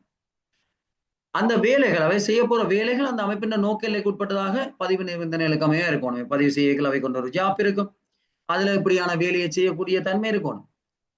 ஏன்னா அவை என்ற நோக்க எல்லைக்குள்ள வராத ஒரு வேலையை அவை செய்யலாதானே, அப்ப அதை நாங்களும் கொடுக்கலாதானே அவைக்கு. எனவே அந்த பதிவு செய்யப்பட்ட நோக்க எல்லைக்குள்ள நிபந்தனைகளுக்கு அமைவாக இருக்க வேணும். நேரடி ஒப்பந்தம் அவையில கொடுக்கறதுக்கு கேள்வி பண்ண தேவையில்லை. நேரடி ஒப்பந்தத்துக்கு கேள்வி பண்ண தேவையில்லை. ஏன்னா நேரடியா ஒப்பந்தத்தையே சைன் பண்றோம், எப்பயுமே நேரடி ஒப்பந்தம் கொடுக்கறதா இருந்தால் கேள்வி பண்ண தேவையில்லை. கேள்வி பண்ண பெற்றுக் கொள்றதே அவர் தெரிவு செய்யப்பட்டால் ஒப்பந்தம் செய்யறத தவிர்க்காம இருக்கிறதுக்காக தானே. அப்ப நேரடி ஒப்பந்தம்னா நேரடியா ஒப்பந்தத்துக்கு தானே போறோம். எனவே கேள்வி பண்ண தேவையில்லை. முற்பண உச்சையில் 2 லட்சம் அனுமதிக்கப்பட்ட நிதி நிறுவனத்தால் வழங்கப்பட்ட முற்பண உத்தரவாதம் தேவை. முற்பண உச்சையில் 2 லட்சம் வரைக்கும் கொடுக்கலாம். ஆனால் ஏதாவது ஒரு நிதி நிறுவனத்தால் வழங்கப்பட்ட முற்பண உத்தரவாதம் தேவை, முற்பணம் கொடுக்கறதா இருந்தார். உபவொத்தம் வழங்குறதுக்கு அனுமதிக்கப்பட மாட்டாது. அப்ப அவர்கள் ஆர்டிஎஸ்ஓ யாரோ எடுத்துட்டு அப்ப அவர்கள் ஒரு குறிப்பிட்ட லாபத்தை வச்சுக்கொண்டு இன்னொரு ஆளுக்கு உப ஒப்பந்தம் கூட அவையெல்லாம் நாங்கள் என்ன இது நோக்கம் என்ன, சமூகம் பங்கு பெற்றலானே, சமூக மட்ட அமைப்புக்கு லாபத்தை கொடுக்கறது இல்லை. எனவே அவர்கள் எடுத்து அவர்கள் தங்களுடைய பிரிவில் இருக்கிற ஆக்களை கொண்டு இந்த வேலையில சேவிக்க வேணும். அப்ப யாருக்கும் வேலை வாய்ப்பு வழங்குறதா நோக்கம். அப்ப உப ஒப்பந்தம் கொடுக்க இயலாது, உப ஒப்பந்தம் வழங்குறது தடை செய்யப்பட்டிருக்குது. ஒரு நேரத்துல வழங்கக்கூடிய மொத்த ஒப்பந்தங்கள் 3. சரிதானே. இதெல்லாம் வினாவுக்கு வரைக்கும் நீங்க பார்த்துக்கொள்ள வேணும். ஒரு நேரத்துல எத்தனை ஒப்பந்தங்கள் வழங்கலாம். சரிதானே. அப்ப ஒரு நேரத்துல வழங்கக்கூடிய மொத்த ஒப்பந்தங்கள் ஒரு அமைப்புக்கு 3 தான் வழங்கலாம். முன்னர் வழங்கப்பட்ட ஒப்பந்தங்களோட மிகுதி பகுதியின்றையும் முன்மொழியப்படும் ஒப்பந்தத்தின்றையும் மொத்த பெறுமதி 2 மில்லியனை தாண்டக்கூடாது, 20 லட்சம். சரிதானே. அப்ப ஏற்கனவே அவையில் செய்து கொண்டிருக்கிற ஒப்பந்தம் இப்ப நாங்க கொண்டு கொடுக்க போறோம். ஏற்கனவே 15 லட்சத்துக்கு 2 ஒப்பந்தம் செய்து கொண்டிருக்கிறோம், 3 தாண்டலாது, பெறுமதியும் 2 மில்லியனை தாண்டலாது. அவ ஏற்கனவே 2 ஒப்பந்தங்கள் செய்து கொண்டிருக்கிறோம் என்றால் 3வது ஒப்பந்தம் கொடுக்கலாம். ஆனால் 3ண்டையும் கூட்டுத்தொகை 2 மில்லியனை தாண்டக்கூடாது. இதெல்லாம் புதிய இல்லை. சார் ஓ சொல்லுங்க. அந்த 2 லட்சம் ஒரு வருஷத்துக்குள்ள எப்படி சார்? இல்ல 2 லட்சம்ன்றது ஒரு வருஷத்துக்கு இல்ல, ஒரு ஒப்பந்தத்துக்கு. முற்பணம் தானே. அப்ப முற்பணம்ன்றது எங்களுக்கு உத்தரவாதத்தின் கீழே முற்பணம் வழங்கலாம். முற்பணம் வழங்கினால் அது 90% கொடுப்பனம். கொடுப்பன தொடர்பா பின்னுக்கு ஏற்பாடு இருக்குது. இது சம்பந்தமா நாங்க பாக்குறோம். ஒரு வருடத்துக்கு இல்ல, ஒரு வேலைக்கு. இப்ப 3 வேலையே கொடுக்கலாம் தானே. அது வேற நிறுவனங்களா 3 வேலையும் ஒரு நிறுவனம் கொடுக்குறேன் இல்ல தானே. அந்த வேலைக்காக அவர்களுக்கு முற்பணம் வழங்குறது. ஏன்னா 3 சேர்த்து மொத்த பெறுமதி தான் 2 மில்லியன். அப்ப 2 மில்லியன் வேலையை கொடுக்குறோம், ஆனால் 2 லட்சம் முற்பணம் கொடுக்கலாம் என்றதுதான் அதுல சொல்லப்பட்டிருக்குது. 2 மில்லியனா 5 மில்லியனா சார்? எது இல்ல அது 5 மில்லியன் வந்து 3 எடுக்கணும். நாங்க பார்ப்போம். இது நேரடியா நாங்கள் அந்த நிறுவனத்தை தெரிவு செய்து அவைக்கே கொடுக்குறோம். இல்ல 5 மில்லியன் இந்த சமூக பங்கேற்புல 3 நிறுவனங்கள் அவை போட்டிக்கு வரைக்கல. சரிதானே. ஏன் 5 மில்லியன்ன்றது எங்க இருக்கு? அது அந்த முதல்ல அதுல பழைய நடைமுறை விதி இதுல மாத்தப்பட்டிருந்தது. இதுல ஃபுல்லாவே மாத்தி இருக்கு. ஃபுல்லா பார்த்துட்டு பாருங்க. ஏனென்றால் 5 மில்லியன்ன்றது நீங்க சொல்றது சரி, 5 மில்லியன் மாத்தி இருந்தது 2016ஆம் ஆண்டு NBA தயாரிக்கப்பட்ட இதுல தான் இப்ப அண்மையில மாத்தி இருந்தது. இப்ப இதுல வேற நிபந்தனைகள் 2-3 பிரிச்சு சொல்லப்படுது. சரிதானே. 2 மில்லியன் தானே மொத்தமா கொடுக்கலாம்னு சொல்லப்படுது. அப்ப இதுல அப்ப இது நேரடி இந்த அமைப்பால தெரிவு செய்யப்படுறது. அப்ப வேலை திட்டத்தின் தலைப்பு, செலவு தொகை, பயனாளிகள், அமைப்பின் பெயர், முன்னெடுக்கும் நிறுவனம் ஆகிய தகவல்கள் வேலைத்தளத்துல காட்சிப்படுத்த வேணும். இது இப்ப எல்லாத்துக்குமே இருக்கிறது. சரிதானே. அப்ப அந்த விடயங்கள் காட்சிப்படுத்தப்பட வேணும். தெரிவு செய்யப்பட முன்னர் பெருக நிறுவனம் திருப்திகரமான கடந்த கால செயற்பாடுகள், அனுபவங்கள் தொடர்பாக அத்தாட்சிகளை சமர்ப்பிக்குமாறு அந்த அமைப்பை கோர வேணும். சரிதானே. அப்ப எல்லாம் அவை இயலுமைதானே. நிதி இயலுமை தொடர்பாக வங்கி கூட்டியோ அல்லது மேலதிக பெற்று வசதி தொடர்பான வங்கி என்ற கடிதத்தையோ பெற்றுக்கொள்ளணும்.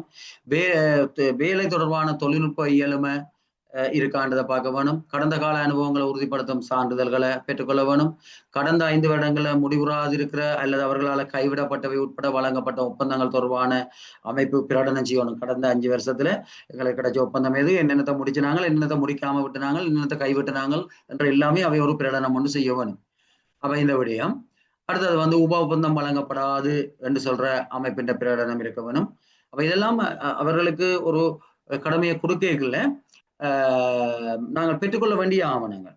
ஒரு வேலையை கொடுக்கல, கடமையால வேலையை கொடுக்கல. சரிதானே? அடுத்தது வந்து சமூக பங்கேற்பை தெரிவு செய்யற குழு. அதான் அந்த ஒரு குழு 3 பேர் கொண்ட குழு, பிரதேச செயலகத்திலேருந்து ஒரு ஆள், நிறுவனத்திலேருந்து 2 பேர். அந்த குழு வந்து பெருக நிறுவனத்தின் சிபாரிசு குழுவினால பெருக நிறுவனத்தின் சிபாரிசு சமர்ப்பிக்கப்பட்ட அத்தாட்சிகளை கருத்துல கொண்டு ஒப்பந்த அளிப்பு தொடர்பாக தீர்மானிக்கப்பட வேணும். அப்ப இந்த இவ்வளவு விடயத்தையும் அந்த அமைப்பிட்ட இருந்து பெற்று பெருக சமூக பங்கேற்பை தெரிவு செய்யற குழுவுக்கு தான் திருப்பி கொடுக்கணும். அவர்கள் தான் ஒப்பந்த அளிப்பு தொடர்பாக இவருக்கு ஒப்பந்தத்தை கொடுக்கலாம் என்றதை தீர்மானிக்க வேணும் அந்த குழு. அப்ப அந்த குழுவின் தீர்மானத்தோடு தான் ஒப்பந்த அளிப்பு செய்யப்பட வேணும். அதுக்கு முதல் இந்த இவ்வளவு ஆவணங்களும் அவர்கள்ட்ட இருந்து பெற்றுக்கொள்ள வேணும். வெளிநாட்டு நிதியளிப்பு கருத்திட்டத்துல ஒப்பந்தத்தினை அளிக்கிறதா இருந்தால் குறிப்பிட்ட நிதி ஒப்பந்தத்துல அது குறிப்பிடப்பட்டிருக்கணும். என்ற வெளிநாட்டு முகவர் என்றால் கட்டாயம் அது குறிப்பிட்டிருக்க வேணும். அடுத்தது போட்டி அடிப்படையில ஒப்பந்தம் வழங்குறதா இருந்தா சரிதானே? இப்ப இது நாங்க பார்த்தோம்னா நேரடியா அப்ப 2ஆ சொல்லியிருக்கு. முந்தி அப்படி சொல்லல, அப்ப 2ஆ சொல்லியிருக்கு. ஒன்று தனியா எந்த விதமான இல்லாம அவருக்கு நேரடியாவே ஒப்பந்தத்தை கொடுக்கலாம். எவ்வளவு 2 மில்லியன் வரைக்கும் கொடுக்கலாம், 3 ஒப்பந்தம் கொடுக்கலாம். ஒன்று எவ்வளவு வண்டி இல்லை, ஆனா 3ம் சேர்த்து 2 மில்லியன் இருக்கவன். 2 மில்லியனை தாண்டக்கூடாது. அப்ப சில நேரங்கள்ல வேலை ஒப்பந்தங்கள்ல போட்டி அடிப்படையில இவர்கள் பங்கு பெற்றதா இருந்தால் இப்ப இவர்களுக்கு அதுக்குரிய சந்தர்ப்பங்கள் வழங்கப்படலாம். மாகாண சபை, மாவட்ட செயலாம், பிரதேச செயலாம் அல்லது பொருத்தமான அரசு நிறுவனங்கள்ல பதிவு செய்த சமூக அமைப்புகளுக்கு ரூபாய் 10 மில்லியன் வரைக்கும் போட்டி அடிப்படையில ஒப்பந்தம் வழங்கலாம். தானே? 10 மில்லியன் வரைக்கும் தொகையில குறிச்சு கொள்ளுங்க. பொறியிடப்பட்ட 3 கூறு விலைகள் சீடாவில் பதிவு செய்துள்ள ஆக்கள்கிட்ட கோரப்பட வேணும். சரிதானே? பொறியிடப்பட்ட 3 அப்ப பதிவு செய்யப்பட்ட ஆக்கள்கிட்ட 3 கூறு விலைகள் கோரப்பட வேணும். இதுல வந்து சிபிஓஸ் அதாவது சமூக மட்ட அமைப்புகள் பங்கு பெற்றுவதாக இருந்தால் பெருக நிறுவனத்தில் ஒப்பந்தக்காரராக பதிவு செய்திருக்க வேணும். 2வது ஒப்பந்தக்காரர் என்று சொல்லி நாங்கள் வருடாந்தம் ஏற்கனவே நாங்கள் பார்க்கிறோம் பதிவு செய்ய. அப்ப அதுல வேறு தங்களுடைய பதிவை கொண்டிருக்க வேணும். இல்லாவிட்டா மாவட்ட செயலகம் பிரதேச செயலகத்துல பதிஞ்சிருந்தாலும் சரி, பெருக நிறுவனத்துல பதியாம மாவட்ட செயலகம் பிரதேச செயலகத்துல அவர்கள் ஒப்பந்தக்காரராக பதிஞ்சிருந்தாலும் போதுமானதாக கொள்ளப்படலாம். அதை எந்த நிறுவனமும் எந்த திணைக்களமும் அவர்களை பயன்படுத்தி கொள்ள முடியும். கூறுவிலை சமர்ப்பிக்கிற காலம் குறைந்தது 7 நாட்களாக இருக்க வேணும். ஏனையோரை விட சிபிஓக்கு 5% முன்னுரிமை வழங்க வேணும். அப்ப 5% முன்னுரிமை என்றது 5% முன்னுரிமை என்றது ஆக குறைஞ்ச விலை சமர்ப்பிச்சவரை விட இவர்கள் ஒரு 5% கூட விலை சமர்ப்பிச்சிருந்தாலும் இவர்கள் தான் தெரிவு செய்யப்படுவார். சரிதானே? அப்ப உதாரணத்துக்கு நாங்க பார்த்தோம்னு சொல்லி சொன்னால் 5% முன்னுரிமை வழங்கப்படும் 10 மில்லியன் வரைக்குமான வேலைகளுக்கு தான். அப்ப உதாரணத்துக்கு நாங்கள் பல்வேறு தரப்பினர் விலை மனுவை சமர்ப்பிக்கிறார்கள், அதுல ஒரு சிபிஓவும் சமர்ப்பிக்குது. அப்ப ஆக குறைஞ்ச விலை மனுவை சமர்ப்பிச்ச மற்ற நிறுவனங்கள் என்று இருக்கல அது 1 லட்சம் ரூபாய்க்கு தான் விலை மனு சமர்ப்பிச்சிருக்கு. அப்ப அதுதான் தெரிவு செய்ய வேணும். அதான் ஆக குறைஞ்ச விலை மனு. ஆனால் சிபிஓ சமர்ப்பிச்சிருக்கிறது 1,03,500 ரூபாய். அப்ப அதுமே கூடத்தான். ஆனால் நாங்க பார்க்கல ஆக குறைஞ்ச விலை மனு 1 லட்சம் ரூபாயா இருந்தால் அந்த 1 லட்சம் ரூபாயில இருந்து இவர்களுக்கு 5% முன்னுரிமை வழங்க வேணும். அப்ப 1 லட்சம் ரூபாய் 5% 5,000 ரூபாய் வரைக்கும் இவைக்கு முன்னுரிமை. அப்போ 1,05,000 ரூபாய்க்குள்ள சிபிஓ சமர்ப்பிச்சிருந்தால் சிபிஓ தான் தெரிவு செய்வார். அதான் 5% முன்னுரிமை. இப்ப வெளிநாட்டு விலைமனதாரரோட உள்நாட்டு ஆக்கள் போட்டி போடைக்குள்ள அவர்களுக்கு முன்னுரிமை என்றாலும் அப்படித்தான் பாக்குறது. ஆக குறைஞ்ச விலை சமர்ப்பிச்சவர்ல இருந்து 5%க்குள்ளேயோ 10% முன்னுரிமை 10%க்குள்ளேயோ உள்நாட்டாக்கள் சமர்ப்பிச்சிருந்தால் அவர்கள் தான் தெரிவு செய்யப்படுவாங்க. அப்ப இங்க வந்து சிபிஓ 5%க்குள்ள அப்ப 1,03,500 ரூபான்னு 5%க்கு உட்பட்டதுதான். அப்ப அவை சிபிஓ தான் தெரிவு செய்யப்படுவாங்க. 1,05,000 கொடுத்தாலும் சிபிஓ தான் தெரிவு செய்யப்படுவாங்க. 1,05,500 தான் சிபிஓ என்றால் சிபிஓ தெரிவு செய்யப்படாது. ஏன்னா 5% தாண்டிட்டு அவை போட்ட விலைமனு. அப்ப 5% முன்னுரிமை இருக்கும். 10 மில்லியனுக்கு மேற்பட்ட இதுல அவர்கள் பங்கு பெற்றதா இருந்தால் அதுக்கு முன்னுரிமை இல்லை. அப்ப 10 மில்லியனுக்கு உட்பட்டதுகளுக்கு தான் இவர்களுக்கு முன்னுரிமை வழங்கப்படுது. 10 மில்லியனை விட மேற்பட்ட ஒப்பந்தம் செய்யற சிபிஓவா இருந்தால் அவை போட்டி அடிப்படையிலேயே அதை செய்து கொள்ளலாம் என்றுதான் அதனுடைய கருத்து. சரிதானே? அடுத்த நாங்க பார்த்தோம்னு சொல்லி சொன்னால் வேலை ஒப்பந்தங்கள்ல அந்த போட்டி அடிப்படையில ஒப்பந்தம் செய்யறது.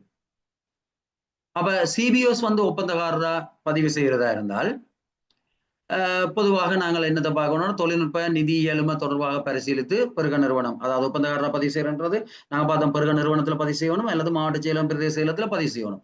அப்படி ஒப்பந்தக்காரராக பதிவு செய்யறதா இருந்தால் அவருக்கு சில இயலுமைகள் இருக்கு. சப்ளை ரெஜிஸ்ட்ரேஷன்ல சிபிஓ பதிஞ்சிருந்தால் அப்படியா? சப்ளை இல்லை, இது வேலைகளுக்கு தான். இது வந்து ஒர்க்ஸுக்கு, சப்ளைக்காவே செய்யலாது, சப்ளைக்கோ சர்வீஸுக்கோ செய்யலாது. இது வந்து ஒர்க்ஸுக்கு, சரிதானே, வேலைகளுக்கு தானே இதுல நாங்க முன்னுரிமையை பற்றி பார்க்கிறோம். சப்ளைன்றது ஒரு சிபிஓஸ் வந்து பொருட்களை என்னத்தையோ சப்ளை பண்றதுக்கு அவைக்கு இயலுமே இருக்காது தானே. அப்ப வேலைகள்ன்றது தான் இதுல முன்னுரிமை வழங்கப்படுது. அப்ப வேலைகளுக்கு தான், ஒர்க்ஸுக்கு நாங்கள் ஒப்பந்த வேலை ஒப்பந்தக்காரரை பதிவு செய்யும், அப்ப பதிவு செய்யணும் ஒப்பந்தக்காரர்.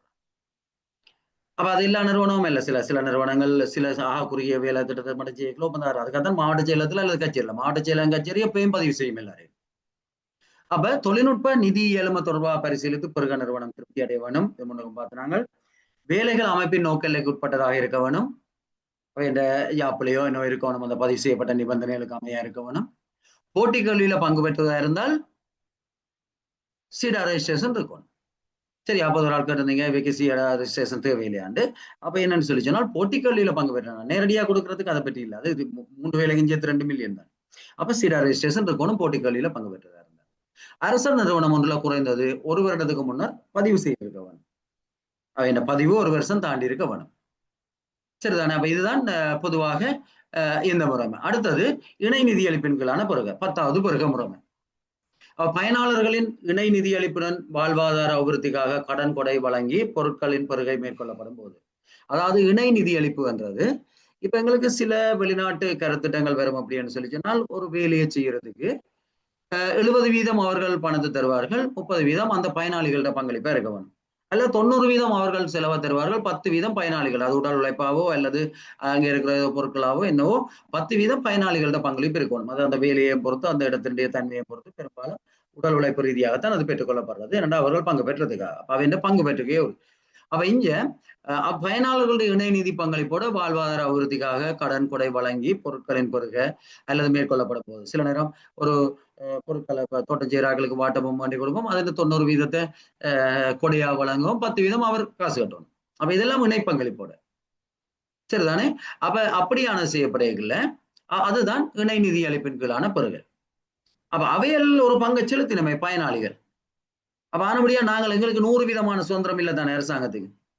அப்ப அரசாங்கம் 90%யோ 90%யோ செலுத்துது, பயனாளர்கள் 20%யோ 10%யோ ஏதோ எந்த வீதத்துல இருந்தாலும் அது திட்டங்களை பொறுத்தது. ஆனா பயனாளர்கள் அங்க நிதி பங்களிப்பு செலுத்துறாரு. இப்ப நாங்கள் வாட்டபொம்மை விநியோகிக்கிறோம்னா வாட்டபொம்மை பெறுமதியின் 80% நாங்க செலுத்துறா இருக்கும், ஆனால் பயனாளிகள் 20% கொடுத்துதான் அந்த வாட்டபொம்மை எடுக்க வேண்டி இருக்கும். அப்ப அப்படி பொருட்களை கொள்வனவு செய்யறதா இருந்தால் வாழ்வாதாரத்துக்காகவோ என்னத்துக்காகவோ அதுல பின்பற்ற வேண்டிய நடைமுறை எல்லாம் இது ஒரு புதிய விடயம் இதுல சொல்லப்பட்டிருக்குது. அப்ப இங்க என்ன சொல்லியிருக்கென்றால், பெருகையின் மொத்த செலவு மதிப்பீட்டுல 50% அல்லது அதற்கு மேல் அரச பங்களிப்பு காணப்படும் போது பயனாளர்களின் தேவைகளை கருத்துல கொண்டு போட்டி செயல்முறையின் மூலம் பொருட்கள் கொள்வனவு செய்யப்பட வேணும். பயனாளர்களுடைய தேவை கருத்துல கொள்ளப்பட வேணும். வாட்டபம் என்றால் அவர்கள் என்ன வாட்டபம் விரும்புகிறார்கள் என்றது, அப்ப நிறுவனத்தின் தேவை என்ற மாதிரி இங்க பயனாளர்களுடைய தேவை, அவர்களுடைய தேவை கருத்துல கொள்ளப்பட்டு போட்டி செயல்முறையின் மூலம், வலிமையா போட்டி முறையில எப்படி கொள்ளணும் செய்வோமோ அந்த முறையில கொள்ளணும் செய்யப்பட வேணும். மொத்த செலவு மதிப்பீட்டுல 50% அல்லது அது கூடுதலான நிதி பங்களிப்பு அரசாங்கம் கொடுக்கிறதா இருந்தா. ஆனால் மொத்த செலவு மதிப்பீட்டுல 50க்கு குறைவான தொகையைத்தான் அரசாங்கம் கொடுக்குது, 50க்கு மேற்பட்ட தொகையை பயனாளிகள் கொடுக்கிறதா இருந்தால், மொத்த செலவு 10 மில்லியனுக்கு குறைவாக இருக்கும்போது பயனாளிகளின் தேவையை முன்னுரிமை அளித்து திறந்த சந்தையில நேரடியாக கொள்ளணும் செய்யலாம். 10 மில்லியனுக்கு குறைவா இருந்தால், 50% மேல பயனாளிகள் தானே கொடுக்கணும். எனவே அவையில இந்த கடையில இந்த இதை வேண்டணும் நினைக்கிறோமோ திறந்த சந்தையில நேரடியாக கொள்ளணும் செய்யலாம். அவையெல்லாம் தீர்மானிக்கணும். அவர்கள் இந்த இடத்துல மலிவா இருக்குது, அந்த கடையில இந்த பொருளை வேண்டும், இன்ன வாட்டபொம்மை வேண்டும் என்று அவர்கள் தீர்மானித்தால் 50% குறைய தான் அரசாங்கம் கொடுக்கும். அப்ப அவர்களுடைய தீர்மானத்துக்கு தான் முன்னுரிமை வழங்க வேணும். 50% கூட அரசாங்கம் கொடுத்தால் போட்டி சந்தை விலையில, ஆனா அவர்களுடைய தேவைக்கேற்ற வகையில பொருளை வேண்டி கொடுக்க வேணும் அரசாங்கம். 50% குறைவான பங்களிப்பு அரசாங்கத்தில் இருந்தால் அவர்களுடைய தேவைக்கு முன்னுரிமை அளித்து போட்டி சந்தையில நேரடியா திறந்த சந்தையில ஒன்று கூறு விலையில ஒன்று விலை நேரடியா போய் பொருட்களை கொள்ளணும் செய்யறது என்ற மாதிரி தானே அவர்கள் தானே தீர்மானிக்கணும். அவர்களுடைய பங்களிப்பு தானே கூட. ஆனால் அது 10 மில்லியனுக்கு மேற்பட்ட பெறுமதியா இருக்குமா இருந்தார் போட்டி செயல்முறையில கொள்ளணும் செய்யப்பட வேணும். அதுவும் 50% மேல பயனாளிகள் கொடுத்தாலும் 10 மில்லியனுக்கு உள்ளே என்னதான் திறந்த சந்தையில கொள்ளணும் செய்யறது. 10 மில்லியனுக்கு மேலே என்றால் போட்டி செயல்முறையில கொள்ளணும் செய்யப்படும். அப்ப விவர குறிப்பு, விலை கேள்வி, மதிப்பீட்டு அளவுகோல்கள் தயாரிக்கப்படும் போது எப்பயும் பயனாளிகளுடைய தேவைக்கு தான் முன்னுரிமை அளிக்க வேணும். அதுக்கேற்ற வகையில செய்ய வேணும். அப்ப இது 3 ஞாபகத்துல வச்சிருக்க வேணும். ஒன்று 50% மேல அரசாங்கம் பங்களிப்பு செலுத்தல போட்டி சந்தை, 50% குறைய அரசாங்கம் பங்களிப்பு செலுத்தல 10 மில்லியனுக்குள்ள என்றால் திறந்த சந்தை, 10 மில்லியனுக்கு மேலே என்றால் போட்டி முறைமை. ஆனால் எப்பயுமே பயனாளிகளுடைய தேவைக்கு தான் முன்னுரிமை அளிக்கிறது. இரண்டாவது பயனாளிகளுக்காக தானே. அப்ப சந்தை விலையுடன் ஒத்துப்போதல், தரம், சேர்த்திறன் தொடர்பாக பிறகு நிறுவனம் திருப்தி அடையணும். இப்ப நேரடியா போய் சந்தையில கொள்வனவு செய்யறதுக்கு பயனாளிகள் தீர்மானிக்கல, பிறகு நிறுவனம் யார் அதை பெற்றுக் கொடுக்க போறார்களோ அவர்கள் தீர்மானிக்கணும். இது ஓரளவுக்கு சந்தை விலையோட ஒத்து போகுது, சரிதானே. அப்ப அந்த விடயங்கள்ல திருப்திப்பட வேண்டிய பொறுப்பு இருக்குது. 50% குறைஞ்ச பங்களிப்பு அரசாங்கம் அவையிலே தான் தீர்மானிக்கிறேன்னு அப்படி சொல்லலாது. ஏன்னா அந்த 50% குறைஞ்ச பேமெண்ட் செய்யலாம். எனவே அந்த தீர்மானத்தை பயனாளிகளிடம் முன்னுரிமை கொடுத்து அவர்களுடைய அடிப்படையில திறந்த சந்தையில கொள்ளணும் செய்யலாம். ஆனால் சந்தை விலையோட பொதுவா மற்ற இடங்கள்ல போற சந்தை விலையோட அது ஒத்து போகுது, தரம், சேர்த்திறன் எல்லாம் அந்த பயனாளிகளுக்கு என்ன தேவையோ அதுக்கு பொருத்த முடியதா இருக்குன்றதை பிறகு நிறுவனம் உறுதிப்படுத்திக் கொள்ள வேண்டும். அப்ப அதுல குறைபாடுகள் இருக்கக்கூடாது, அது பயனாளிகள் தீர்மானிச்ச விடயம் என்று நாங்க சொல்லலாது. அப்ப இதுதான் 10வது பெருக முறை, சரிதானே. அடுத்தது மீள்கட்டளை என்றது ஒரு பெருக முறை அல்ல. ஏதேனும் ஒரு பெருக முறை மூலம் பெற்றுக்கொள்ளப்பட்டால், சரிதானே, பொருட்கள் பெற்றுக்கொள்ளப்படல அதுண்ட மேலதிக தேவை இருக்குமா இருந்தால், அப்போ இப்ப எங்களுக்கு A4 பேப்பர் 100 தேவைன்னு சொல்லி நாங்கள் இது ஒரு முறையில அப்ப ஷாப்பிங் மெத்தட்லயோ அல்லது கேள்விக்குரல் முறையிலையோ நாங்கள் 100 பேப்பர் யார்கிட்ட வேண்டன்னு சொல்லி ஒரு ஒப்பந்தக்காரர் ஒரு வழங்குனரை தெரிவு செய்து அவர்கிட்ட 100 பேப்பர் வேண்டிட்டோம். இப்ப எங்களுக்கு மேலதிக தேவை வருது, இன்னும் ஒரு 15 ரீம் வேண்ட வேண்டியதா இருக்குது. அப்ப திருப்பி இந்த 15 ரீம் 100 ரீமுக்கு தானே முதல் கோல் பண்ணாங்க, அதெல்லாம் முடிஞ்சுது. அதுக்கு மேலதிகமா இப்ப 15 ரீம் தேவைப்படுது. இந்த 15 ரீமை திருப்பி நாங்கள் விலைமனு கோரல் முறைக்கு போறதா அல்லது ஏற்கனவே தெரிவு செய்த அந்த நிறுவனத்திட்ட வேண்டதா என்றதை பற்றி தான். அப்ப அந்த நிறுவனத்திட்டயே திருப்பி வேண்டதான் ரிப்பீட் ஆர்டர். அப்ப ஏற்கனவே 100க்கு நாங்கள் செலக்ட் பண்ணபடியால் அதே நிறுவனத்திட்டயே எங்களுக்கு மேலதிகமா தேவையான 15 வேண்டலாம். ஆனால் அது முறையற்ற விதத்துல பயன்படுத்தப்படக்கூடாது தானே. எனவே அதற்கான நிபந்தனைகள் சொல்லப்பட்டிருக்கு. என்ன சொல்லியிருக்கனால், ஒன்று, இது மூலக்கட்டளை வழங்கப்பட்டதுல இருந்து 6 மாதங்களுக்குள்ள வழங்கப்பட வேணும். அப்ப இந்த தேவை 6 மாதத்துக்குள்ள, முதல் 100 ரீமுக்கு அப்ப கட்டளை வழங்கினாங்களோ அதுல இருந்து 6 மாதத்துக்குள்ள தேவை வந்தா தான் திருப்பி ரிப்பீட் ஆர்டர் கொடுக்கலாம். மற்றபடி அதுக்கு மேற்பட்டால் திருப்பி நாங்கள் ஏதோ ஒரு பிறகு முறைக்கு தான் போகணும். அதே நேரம் பிறகு நிறுவனம் பின்வருவனத்தை உறுதிப்படுத்தி விதிவிலக்கான சூழ்நிலைகள்ல அனுமதிக்கலாம். ஒன்று, ஏற்கனவே இதற்கான தேவை இருக்குல்ல, ஏற்கனவே எங்களுக்கு 15 ரீம் தேவைன்னா நாங்க 115 ரீம் கோல் பண்ணிருக்கலாம் தானே. அப்ப சில நேரம் விலை குறைச்சு எங்களுக்கு கிடைச்சிருக்கலாம் தானே. ஆனபடியால் ஏற்கனவே இப்படி ஒரு தேவை எங்களுக்கு இருக்கல, இப்பதான் இப்படியான ஒரு தேவை வந்திருக்குது என்றதை நியாயப்படுத்த வேணும். 2வது, கேள்வி நடைமுறையை பின்பற்றது சிக்கனமாக இருக்காது. அப்ப இந்த 15 ரீமுக்கு நாங்கள் திருப்பி கேள்வி நடைமுறையை பின்பற்றது சிக்கனமா இருக்காது. ஆனபடியால் அவர்கிட்டயே வந்ததான் சிக்கனம் என்றது உறுதிப்படுத்தப்பட வேணும். விலை வீழ்ச்சி அடையவில்லை என்றது உறுதிப்படுத்தணும். நாங்கள் 100 ரீமுக்கு கட்டளை கூட கேட்கலாம், அதுன்ற விலை எங்கேயோ இருந்தது, இப்ப சந்தையில விலை வீழ்ச்சி அடைஞ்சிட்டு. அப்ப அப்படியான சந்தர்ப்பத்தில் நாங்கள் பிறகு முறையில கொள்ளணும் செய்யறதான் சரி. அப்ப விலை வீழ்ச்சி அடையாம இருக்க வேணும் சந்தையில, அப்பதான் ரிப்பீட் ஆர்டர் கொடுக்கலாம். அப்ப அதை உறுதிப்படுத்திக் கொள்ள வேணும். பெருக குழு உடன்பட்டிருக்க வேணும். அப்ப ரிப்பீட் ஆர்டருக்கு ஏற்கனவே 100 ரீமுக்கு எந்த பெருக குழு அதுக்குரிய தீர்மானத்தை வழங்கிச்சு அந்த பெருக குழு உடன்பட்டிருக்க வேணும். அப்ப அதையும் பார்த்துக்கொள்ளலாம். அடுத்தது, மூலப்பெருக போட்டி அடிப்படையில மேற்கொள்ளப்பட்டிருக்க வேணும். இப்போ மூலப்பெருகையே வேறொரு விதத்துல போட்டி இல்லாமல் நாங்கள் நேரடி ஒப்பந்தமோ அப்படி செய்துட்டு பிறகு ரிப்பீட் ஆர்டர் என்று நாங்கள் போறது அது இல்லை. போட்டி அடிப்படையில அந்த நிறுவனம் தெரிவு செய்யப்பட்டிருக்க வேணும். அப்பதானே அது லாபகரமானதா இருக்கலாம். அப்ப இந்த நிபந்தனைகளுக்கு அமையத்தான் நான் சொல்லலாம். அப்ப இதை விட சிறந்த வாய்ப்பு இல்லை. இதுதான் சிக்கனமான ஒரு சிறந்த வாய்ப்பு என்ற சந்தர்ப்பத்துல நாங்கள் இந்த முறையை பின்பற்றலாம். அப்படி வேண்டைகளையும் முதல் கட்டளை கொடுத்த அளவை விட 50% விட மேற்படையலாது. அதாவது முதல் 100 ரீமுக்கு தானே கட்டளை கொடுத்திருந்தாங்க. எனவே இப்ப 50 ரீம் வரைக்கும் வரலாம். இப்ப எங்களுக்கு தேவை 15 ரீம் தானே, ஆனபடியா பிரச்சனை இல்லை. ஆனால் 60 ரீம் தேவை என்றால் ரிப்பீட் ஆர்டர் சரி வராது. ஆக கூடது 50 ரீமுக்கு தான் ரிப்பீட் ஆர்டர் கொடுக்கலாம். அப்ப ரிப்பீட் ஆர்டர் என்றால் என்ன, அதுல நாங்கள் பின்பற்ற வேண்டிய விடயங்கள் என்ன, அதுல எங்களுக்கு தெரிய வேண்டிய விடயங்கள் என்ன என்ற விடயத்தை பார்த்துக்கொள்ளுங்க.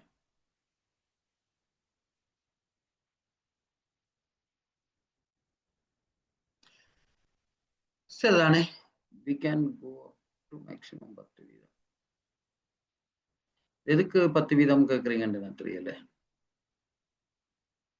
ஓகே சார், ரிப்பீட் ஆர்டர்ல சார் 10% மட்டும் போலாம். ஓகே, நான் மெசேஜ் அப்புறம் பார்க்கறதால இது இப்ப போட்டேன். ஓகே ஓகே சரி, அப்ப நீங்க பாத்தீங்கன்னு சொல்லி சொன்னால் அப்ப இவ்வளவு விடயத்தோட நாங்கள் இன்றைய வகுப்பை இடநிறுத்துவோம். மற்றது திருப்பி இன்னொருக்கா பார்ப்போம். மற்றது இப்ப சுப்ராக்களுக்கு இப்ப நாங்கள் 5 மணிக்கு இருக்கிற வகுப்பு அது நடைபெற மாட்டுது. சிறுதானே என்றால் கொஞ்சம் அவ்வளவு உடல்நிலை நல்லா இல்லை என்றால் தொடர்ந்து வகுப்படுத்து ஒரு வயிற்று நோவா வந்து கொஞ்சம் கதைக்கிறதே கஷ்டப்பட்டு தான் காய்ச்சி கொண்டிருக்கிறேன். ஆனால் அவ்வளோ அப்படி பிரச்சனை இல்லை தானே குரல் இல்லை. ஆனால் கொஞ்சம் ரெஸ்ட் எடுக்க சொல்லி தான் சொல்லி இருக்குது. பரவாயில்ல, 16ஆம் தேதிக்கு பிறகு ரெஸ்ட் தானே. ஆனால் 5 மணி வகுப்பை நாங்கள் நிப்பாட்டுவோம். அது பிறகு ஒரு நாளில் பார்ப்போம். நான் 7 மணிக்கு சுப்ரா கேஸ் கொஞ்சம் பார்ப்போம். இல்லாண்டா கொஞ்சம் நேரத்தோட நிப்பாட்டுவோம். 7 மணிக்கு மெரிட் கேஸ் அந்த வகுப்பு நடக்கும். 5 மணிக்கு வகுப்பு நடக்காது. மற்றது நாளைக்கு வளமை போல வகுப்பு நடக்கும் என்று எதிர்பார்க்கிறோம். பார்ப்போம், ஏதாவது மாற்றங்கள் என்றால் அது சம்பந்தமா அறிய தரப்படும். மருத்துவ ஆலோசனை 2-3 நாளைக்கு ரெஸ்ட் எடுக்க சொல்லித்தான் பார்ப்போம். சரி, ஓகே. அப்ப எல்லாருக்கும் நன்றி. நாங்கள்